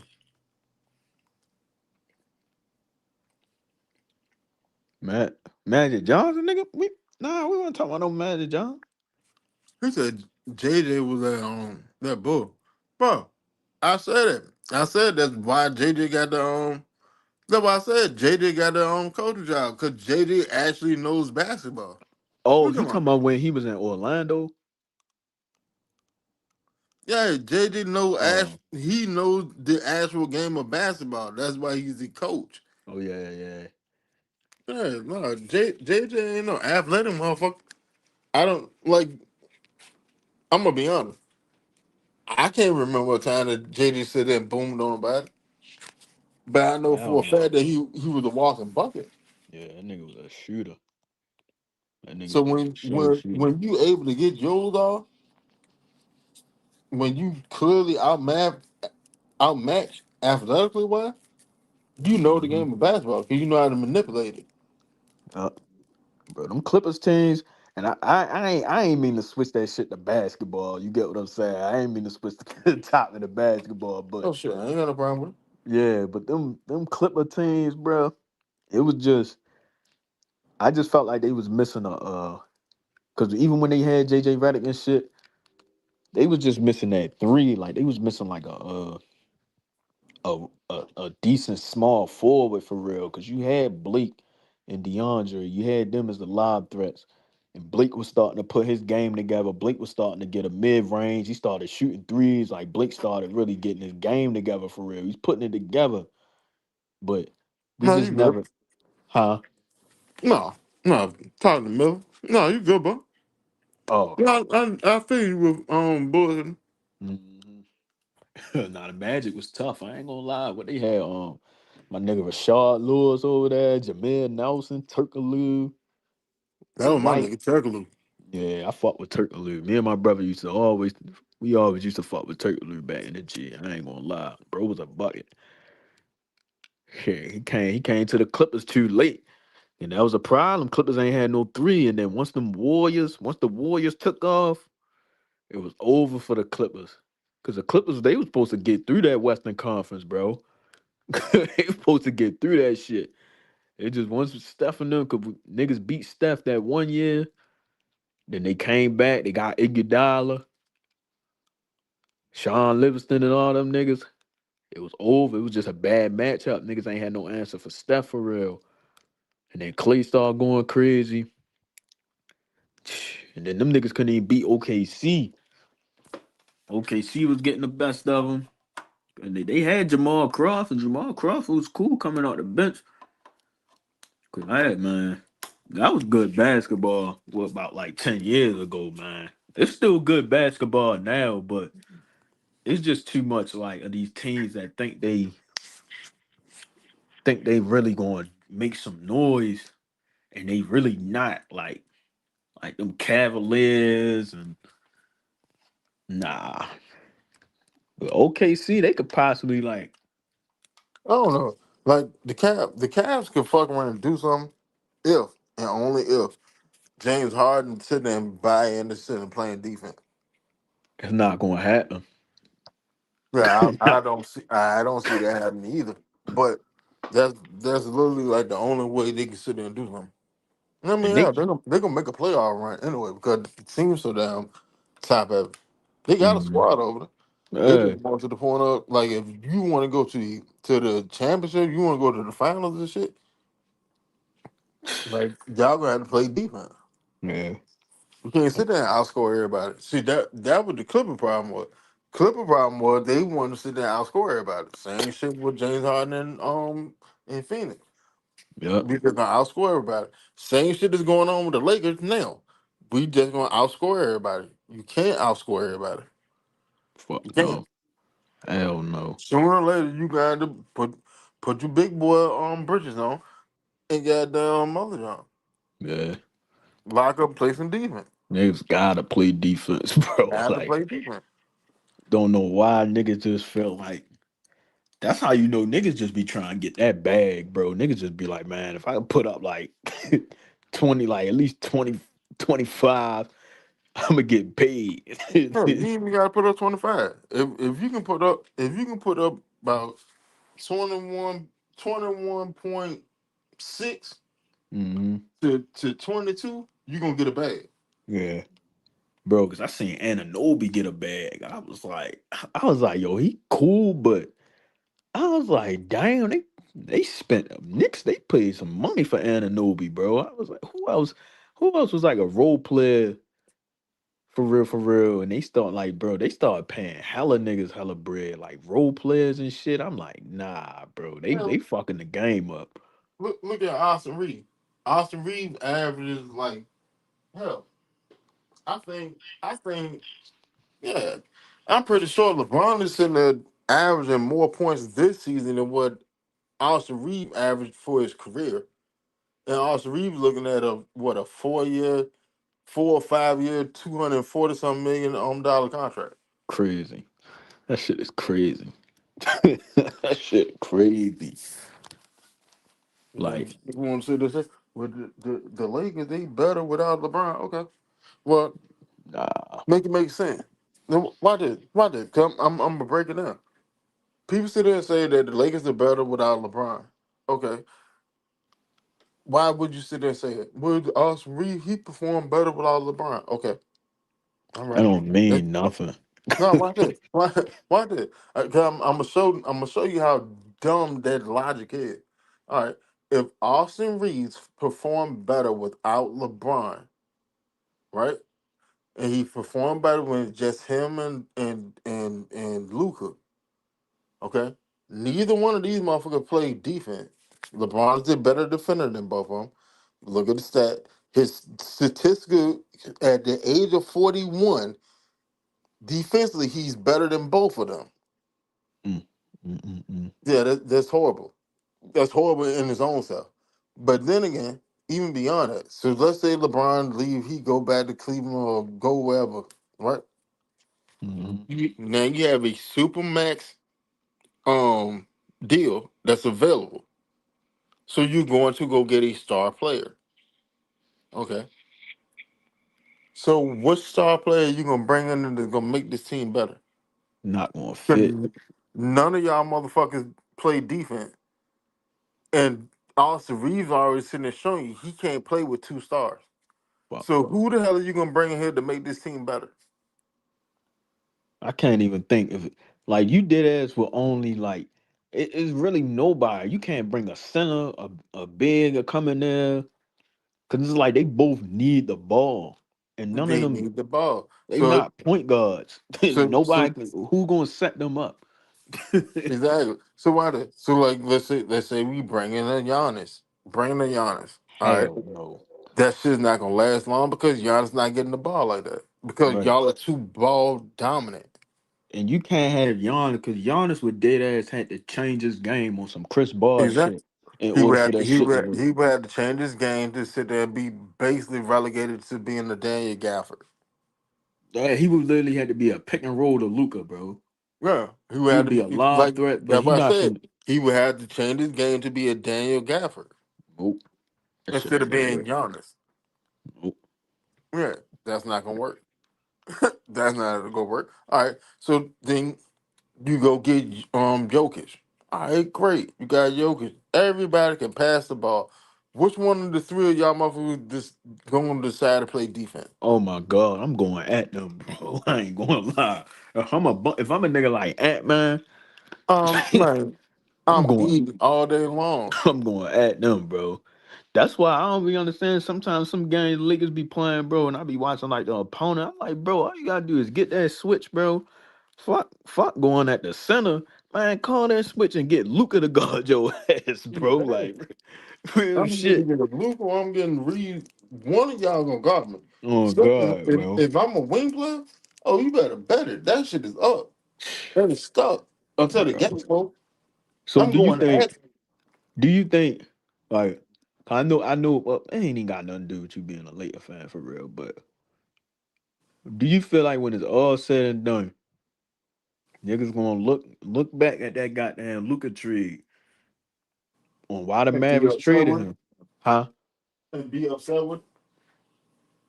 Not well not be yeah, basically like you think Nico Harris weren't really tripping for real. I don't. In all actuality, I don't. And Mm, I know a lot of people ain't gonna understand it, but yeah. seeing Luca, like me now, me watching the Lakers the way I watch the Lakers, and seeing Luca the way I see Luca, Luca doesn't play winning basketball. Don't, bro. And Luca just scores a whole bunch of points. That's the mm, same shit that Jordan was doing in the fucking 80s. It's the exact same shit. Yeah, it looked good 'cause he put up all these numbers.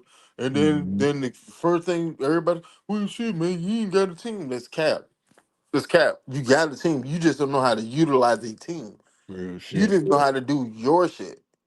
Yup. That's all you worried about. You Pick worried and about doing roll, your keep the shit. nigga behind your back, draw fouls, but it don't got nothing to do. Only way he gonna kick he gonna kick the ball. That's only if he get blitzed Yeah, if or he get blitzed or he get trapped, it's one of the two. That's the only time you can come up out of them off.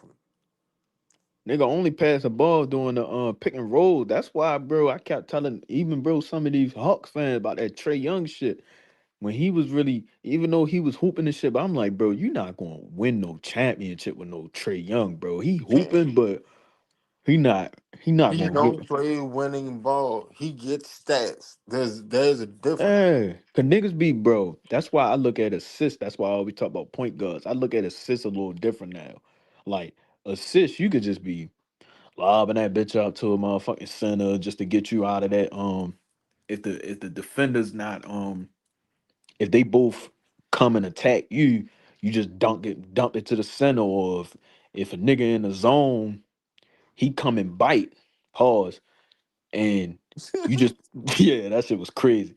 And you just throw it to the nigga in the corner. I mean, that's an obvious pass. But if you're not really taking that bitch up the floor, looking around, seeing what's going on, taking advantage if a nigga like playing lazy defense, if he not looking, and you take advantage of a backdoor cut.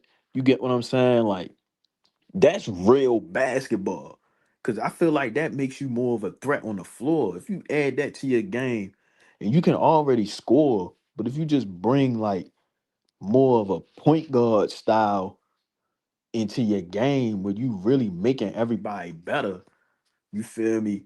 You can win like that, but then also you gotta play defense. Like you gotta play defense because you gotta stop niggas. You feel me? But niggas don't. like I go ahead. like as a point guard, right? Like, all right, yeah, assist total matter, Right. but all assists aren't the same. It's Uh, not. it's not. Like I could sit there and run around, have 10 assists, just sitting there throwing lobs to a roller. All right, that's Right. cool. Yeah, I would have my 10 assists, but I didn't help the team I don't know. because all right, yeah, he had 20 points, but then the more active players, the Mm-hmm. wings, my shooting guard and shit, Mm-hmm. they weren't involved in the game. So when the game get rough down the stretch, they're cold. Yeah. They sitting there trying to find their rhythm. You gotta pass the That's ball, why I bro. say You like got Luke. you. That's why I say Luca doesn't play winning basketball. Nope. Luca played basketball to overwhelm you with his stats. Yep. LeBron played winning basketball because everybody's gonna touch the ball, and I'm gonna keep trusting you. Even if you missing, I'm still gonna trust you. Right. People So hated on LeBron for that shit, and I never understood it. you never understood it. Cause it's like you gotta get it's bro, I'm not finna carry this team. Like I know I'm a hoop, I'm a scoring even that 2018 run when he was doing shit. He was still passing the ball, motherfucking he still made George Hill, J.R. Shit, the nigga Smith, was having like 29, 8, and 8. yeah, Jordan Clarkson, goddamn Kevin Love, old ass, you feel me? He was still giving them niggas the ball. Like, it's just these teams just be lacking. That's what's missing in the game. And people be like, man, why you thinking like an old head? But I'm like, bro, this is why these type of teams don't be winning. These bucket getting ass niggas like, yo, you can get as many buckets as you want. But all that shooting and shit, just running the shot clock up and trying to draw these excuse me, nah, I ain't gonna say that. All these dumbass fouls and all that shit. That shit really trash. Like You it's can't not. you can't outscore everybody by themselves. That's Oh, why, like, to be honest, I'm gonna be honest. And I like hell. If you in some of the basketball groups that I'm in on Facebook, mm-hmm. I say this shit all the time. That Jordan shit is fucking counterfeit. I'm not gonna hold you. And it's not because I'm a LeBron fan. If you actually go look at it, Mm-hmm. Jordan was doing the exact same shit that Luca do. The Yep. exact same shit. I'ma run around, I'ma dominate the ball, and then you gotta understand too.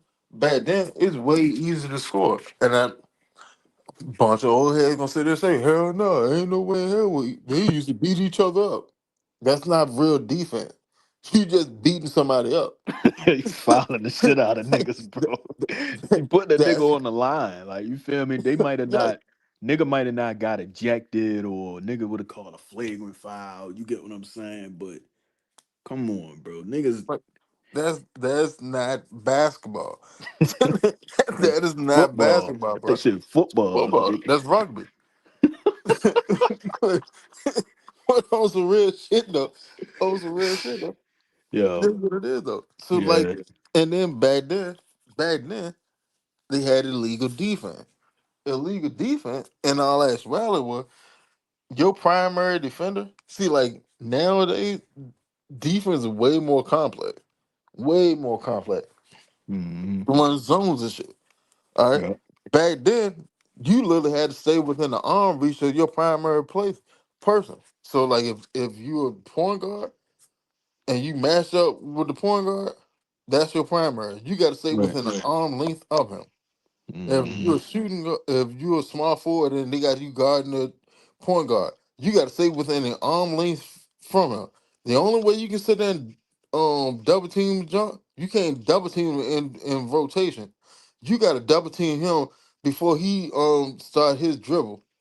You got to head and double team him before he started dribble, or he has to bring the action to you, where you can still be within the you know without violating the legal defense. Shit, crazy, bro. So basically, you're playing one-on-one basketball. Yeah. That's why the Bulls were cooking everybody at. Because what they would do is they'll come down the court, they will pass it to Pippen. Jordan will sit there and roll out the elbow, come around to the other side, and now he's literally the only person with his defender on this side of the fucking court. They cleared out the court. So now you're Yep. just playing one-on-one It's just a basketball. one on one. If you talented enough, you can blow by that nigga. You can drop him. You can do whatever you can do to that defender for real. Ain't nobody finna come and help. They can't get over there fast enough to even help. So basically, what you're doing is the same shit that James Harden was used to do. I'm gonna Hmm. ISO your ass and I'm gonna cook you. Yep. It's not that hard. Jordan literally sat there and went to the league office and sat there and told them don't bring in zone defense. Then he said and had a press conference after that and said, I do not believe my career would be anywhere close to what it was if they implemented zone defense. Damn. He's sitting there telling you, I play ISO ball. if there's zone shit within it, my ass be cooked. If Jordan was, and everybody sitting there say, well, if Jordan was playing nowadays, he averaged 40 points. Cap. If Jordan played Nah, he nowadays, he'd not be. averaging no 40, bro. If Jordan was playing nowadays, Jordan would be DeMar DeRozan. Yeah, I especially his hate playing to say it, style. but that's what it Yeah, is. because DeMar DeRozan like the closest thing to him, unless like he would Jordan. have changed his game, started really becoming more of a playmaker, started actually passing shit like that, where you become more of a threat to a defense because you got to be aware of him passing the ball. You get what I'm saying. But if you just You gotta straight, worry about that shit with Jordan. yeah, but if you just straight bogging and you just trying to get to your spot and just cook up, pump fake, wait till a nigga jump, draw the foul, try to get a 3-point play out the mid range shot. You feel me? Get to the Yeah, rack, slash. If I, that's I, all he I, was I doing, do he you not one gonna better. go crazy. I do you one better. Why this shit? Everybody sit there and say Kobe took and mirrored his game off of Jordan. This, that, and third. Okay. And Kobe, he a better shooter and all that shit. A better 3-point shooter and shit. Okay. Mhm. All right. Well then, if Kobe is the modern version of Jordan, and he was the closest thing to Jordan, that's what everybody say, right? Okay. Kobe averaged 25 points for his career. So why the fuck people would think that Jordan would come around and average 40? That's a dub. Fuck no. Mind you now, Kobe played in Jordan era. And then he turned around and played in LeBron's era. Yeah, he played against KD, Dirk. He played against a young KD, young OKC team for real. Yeah. Who else? Who He else he he played? he Yeah. played he played against the 96 Bulls, the one that Hmm. had the winningest record until Stefano came along. He played against them because that's when he came in the league. He played against them. He played against Scottish Trailblazers. He played Hmm. against them. He played against the beginning of the Spurs dynasty. He played I was against just them. ready to bring up the Spurs, bro. Yeah, he played against all of them. Like, come on, man. Yeah, and bro, I was just ready to get to that Spurs shit. They was one of my favorite, even though they weren't one of that weren't my team, but watching them. was Oh, one this of shit my was beautiful basketball. yes, bro, one of my favorite teams to watch, bro. When they had goddamn what Tony Parker, Ginobili, and then it's just that system, bro. Just them moving the ball constantly, just always moving the ball, finding the next man open. They just played with a lot of it was just a lot of IQ. You just moving the ball.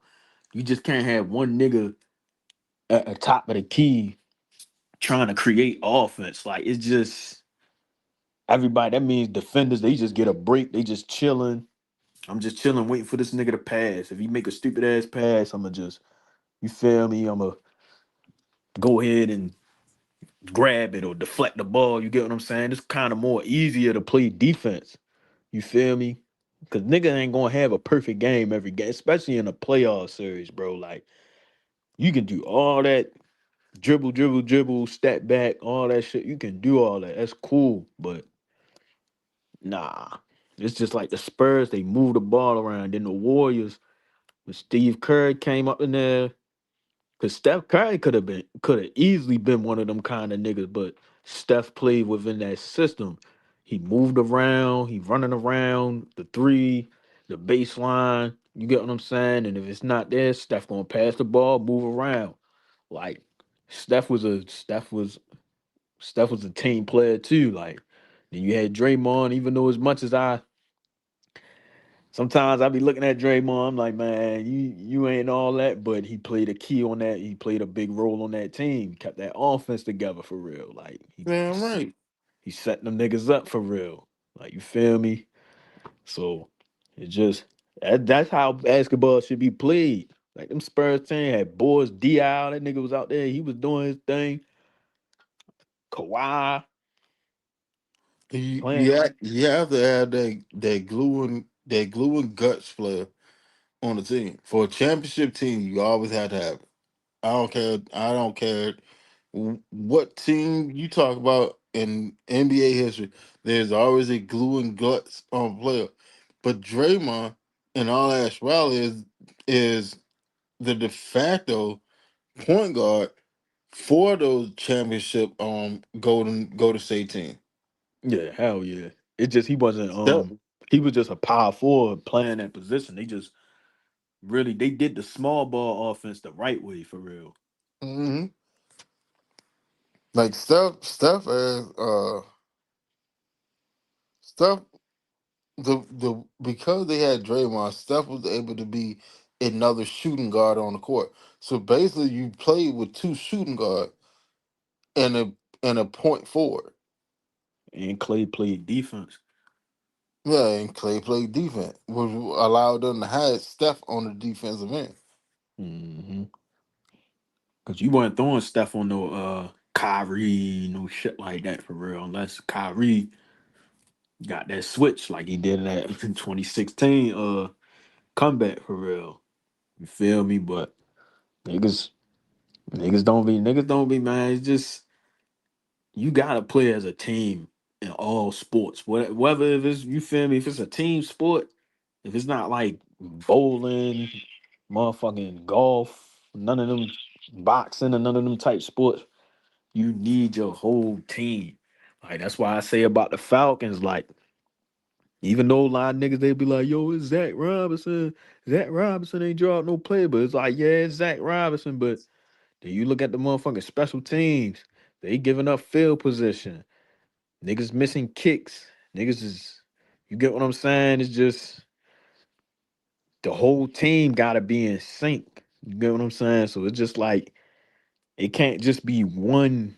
You can't expect B. John Robinson to carry this team to a 12-win season whenever like not everything around him ain't functioning right for real. Like everything gotta be on point. Cause ever since B. John been here, it's either the special teams fucking up, defense fucking up, Some like not fucking up. yeah, the quarterback play ain't really been right.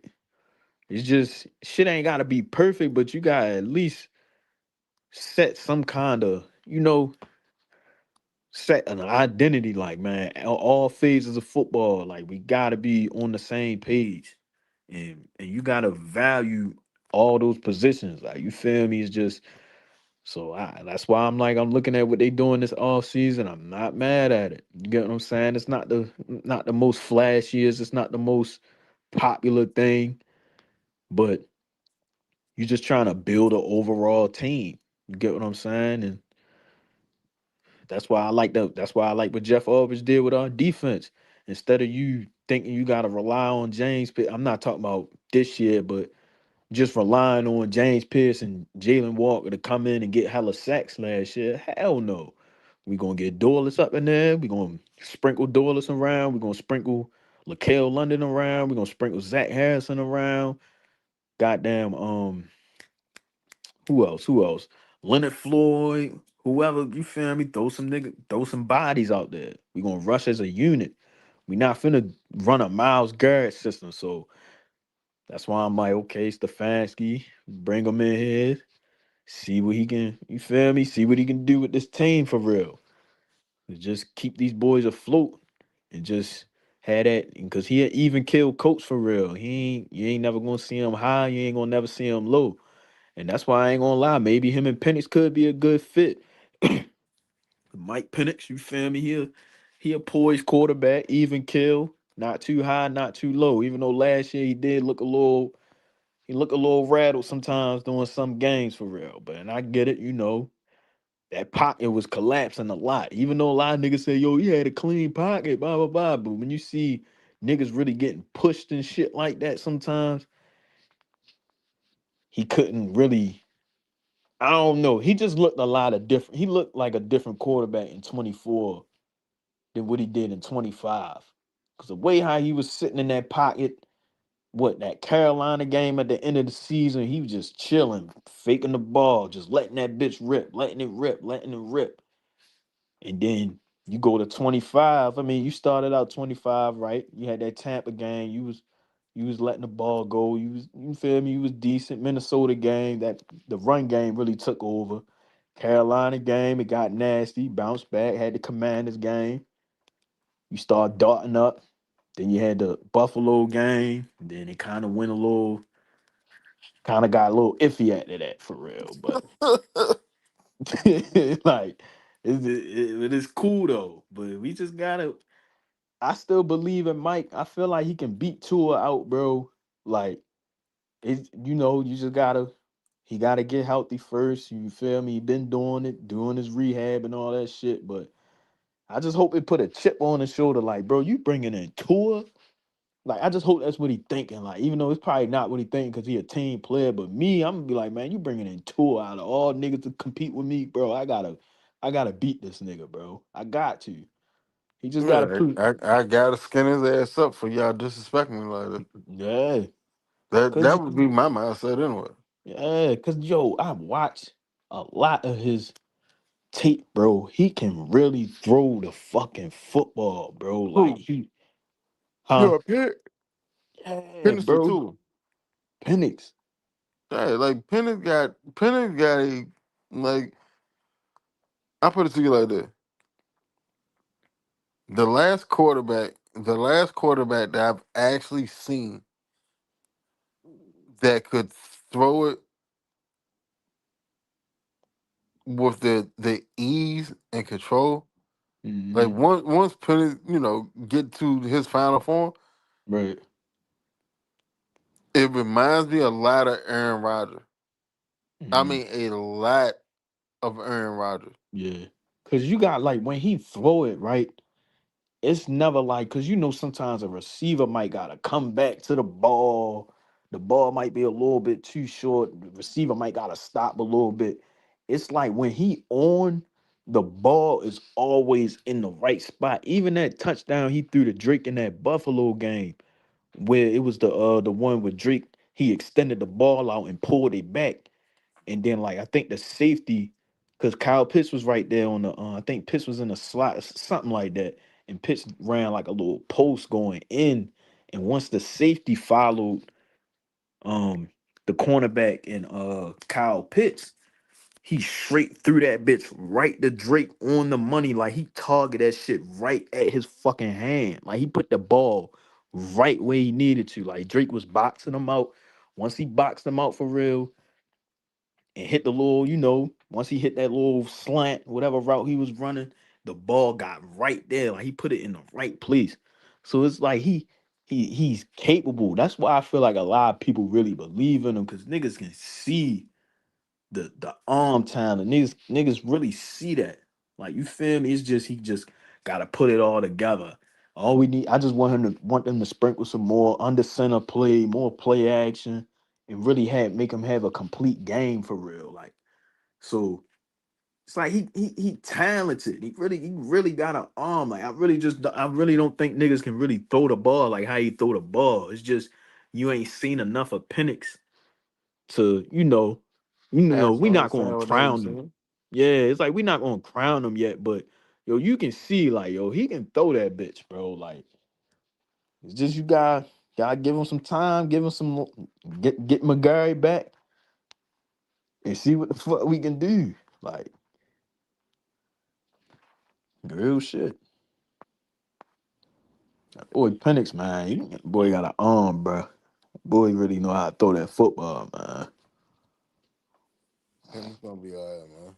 Yeah, that's my dog, yo. That's why, bro. I be rooting for him, bro. He not even just cause when he got drafted and the whole world was not understanding the pick. Signed Kirk Cousins. Don't get me wrong. They should have communicated with Kirk Cousins a little better, whatever. But still, at the same time, I still be thinking like, man, Kirk Cousins, you still had your spot. Like you was guaranteed a starter. Like you get what I'm saying? You was guaranteed the starting position. Penix weren't even in your way. Like I get they was gonna take I get it. Like you ain't understand why they took a quarterback, but it wasn't like he was gonna take your job unless you started fucking up. But you started fucking up, thinking about that too much, and then you get hurt, and then you playing through the injury, shit like that. But Kirk would have been fine if he just ain't trip about that shit for real. I feel like Kirk ain't really trip about them taking a quarterback and just kept that shit Focusing afloat. on what the hell he was supposed to be doing. Yeah, I just felt like, bro, you was 6-3, everything was good. You beat the Cowboys, you had that drive against Philly. You and Darnell Mooney was clicking. Mooney was really looking like a real deal wide receiver too. You couldn't tell his shit when we was 6-3. Like, couldn't really tell his shit. Once he got hurt against the Saints, nigga, fuck that elbow up. Mhm. Shit just went south. Yeah, Shit Christmas crazy. on that one. Mm-hmm. Real Well, shit. we could be all right, man. We could be all Yeah. right. Oh yeah. But I'm about to shut this joint down because I need to give me some shut eye. Oh yeah. It was good. It but was definitely good. Good talking to you, Winston. It was a good show tonight, man. They talked some hoops I, and football. I might fuck around and come on tomorrow. Bet I might. I Yeah. might. I'm gonna slide on. I should. Yeah. I should be. It all depends what time you go on. If you go on late at night, I'll definitely be home. Yeah, it probably late. All right. Bet. Unless some crazy happen in the middle of the day. Yeah. Yeah, it Some probably. news or some shit. Yeah. Some news Yeah, pop up. Mm-hmm. Bet. outside of that, yeah, it probably late. Bet for sure. Shit. Shout out to the chat. Shout out to everybody in the chat, man. Appreciate y'all. Appreciate you, Winston. So Um, shit. Shout out to John, man. Y'all know what's going on, man. It's your boy Zay. Zay in the bag. Add me on Twitter at Zay in the bag __. Um, it was good talking football, talking Falcons.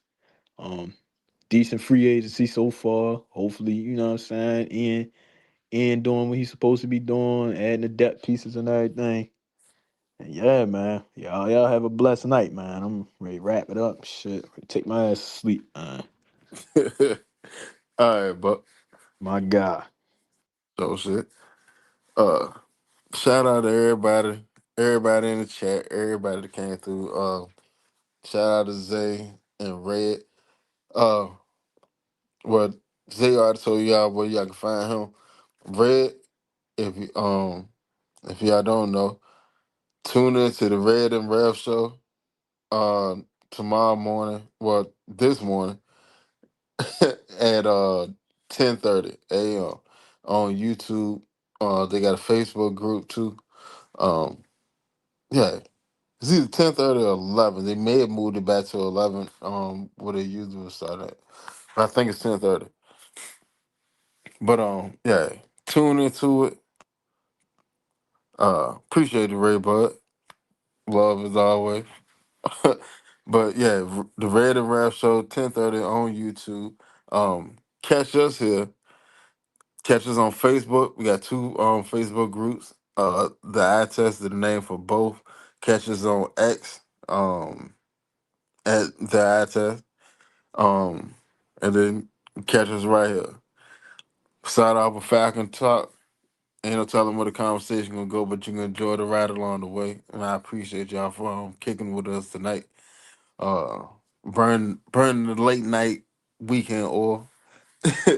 But yeah, if some news pop up tomorrow, most definitely I'm gonna come on. Uh, yeah, I might just come on tomorrow night just to shoot the shit. It's possible. Um, I do want to go further into the James Pierce situation because he got a charge drop and well, he got a charge amended. So there's that. Well, he got a charge drop and amended because they gave him a different charge in lieu of the original charge. So tune in tomorrow. I'll break all that down. And we can chop it up, see what's going on with it. Hopefully we have some more news about some type of motion. Hopefully with like Drake London contract or B John contract or Kyle Pitts contract or maybe another signing or restructure. Overall, proud of Ian. You handle this like you're supposed to. You finally getting us depth. The floor is risen. With that being said, good night, y'all. Y'all be safe this weekend, man. Don't do nothing I wouldn't do. Well, catch y'all. Probably catch y'all tomorrow, though. All right. Peace.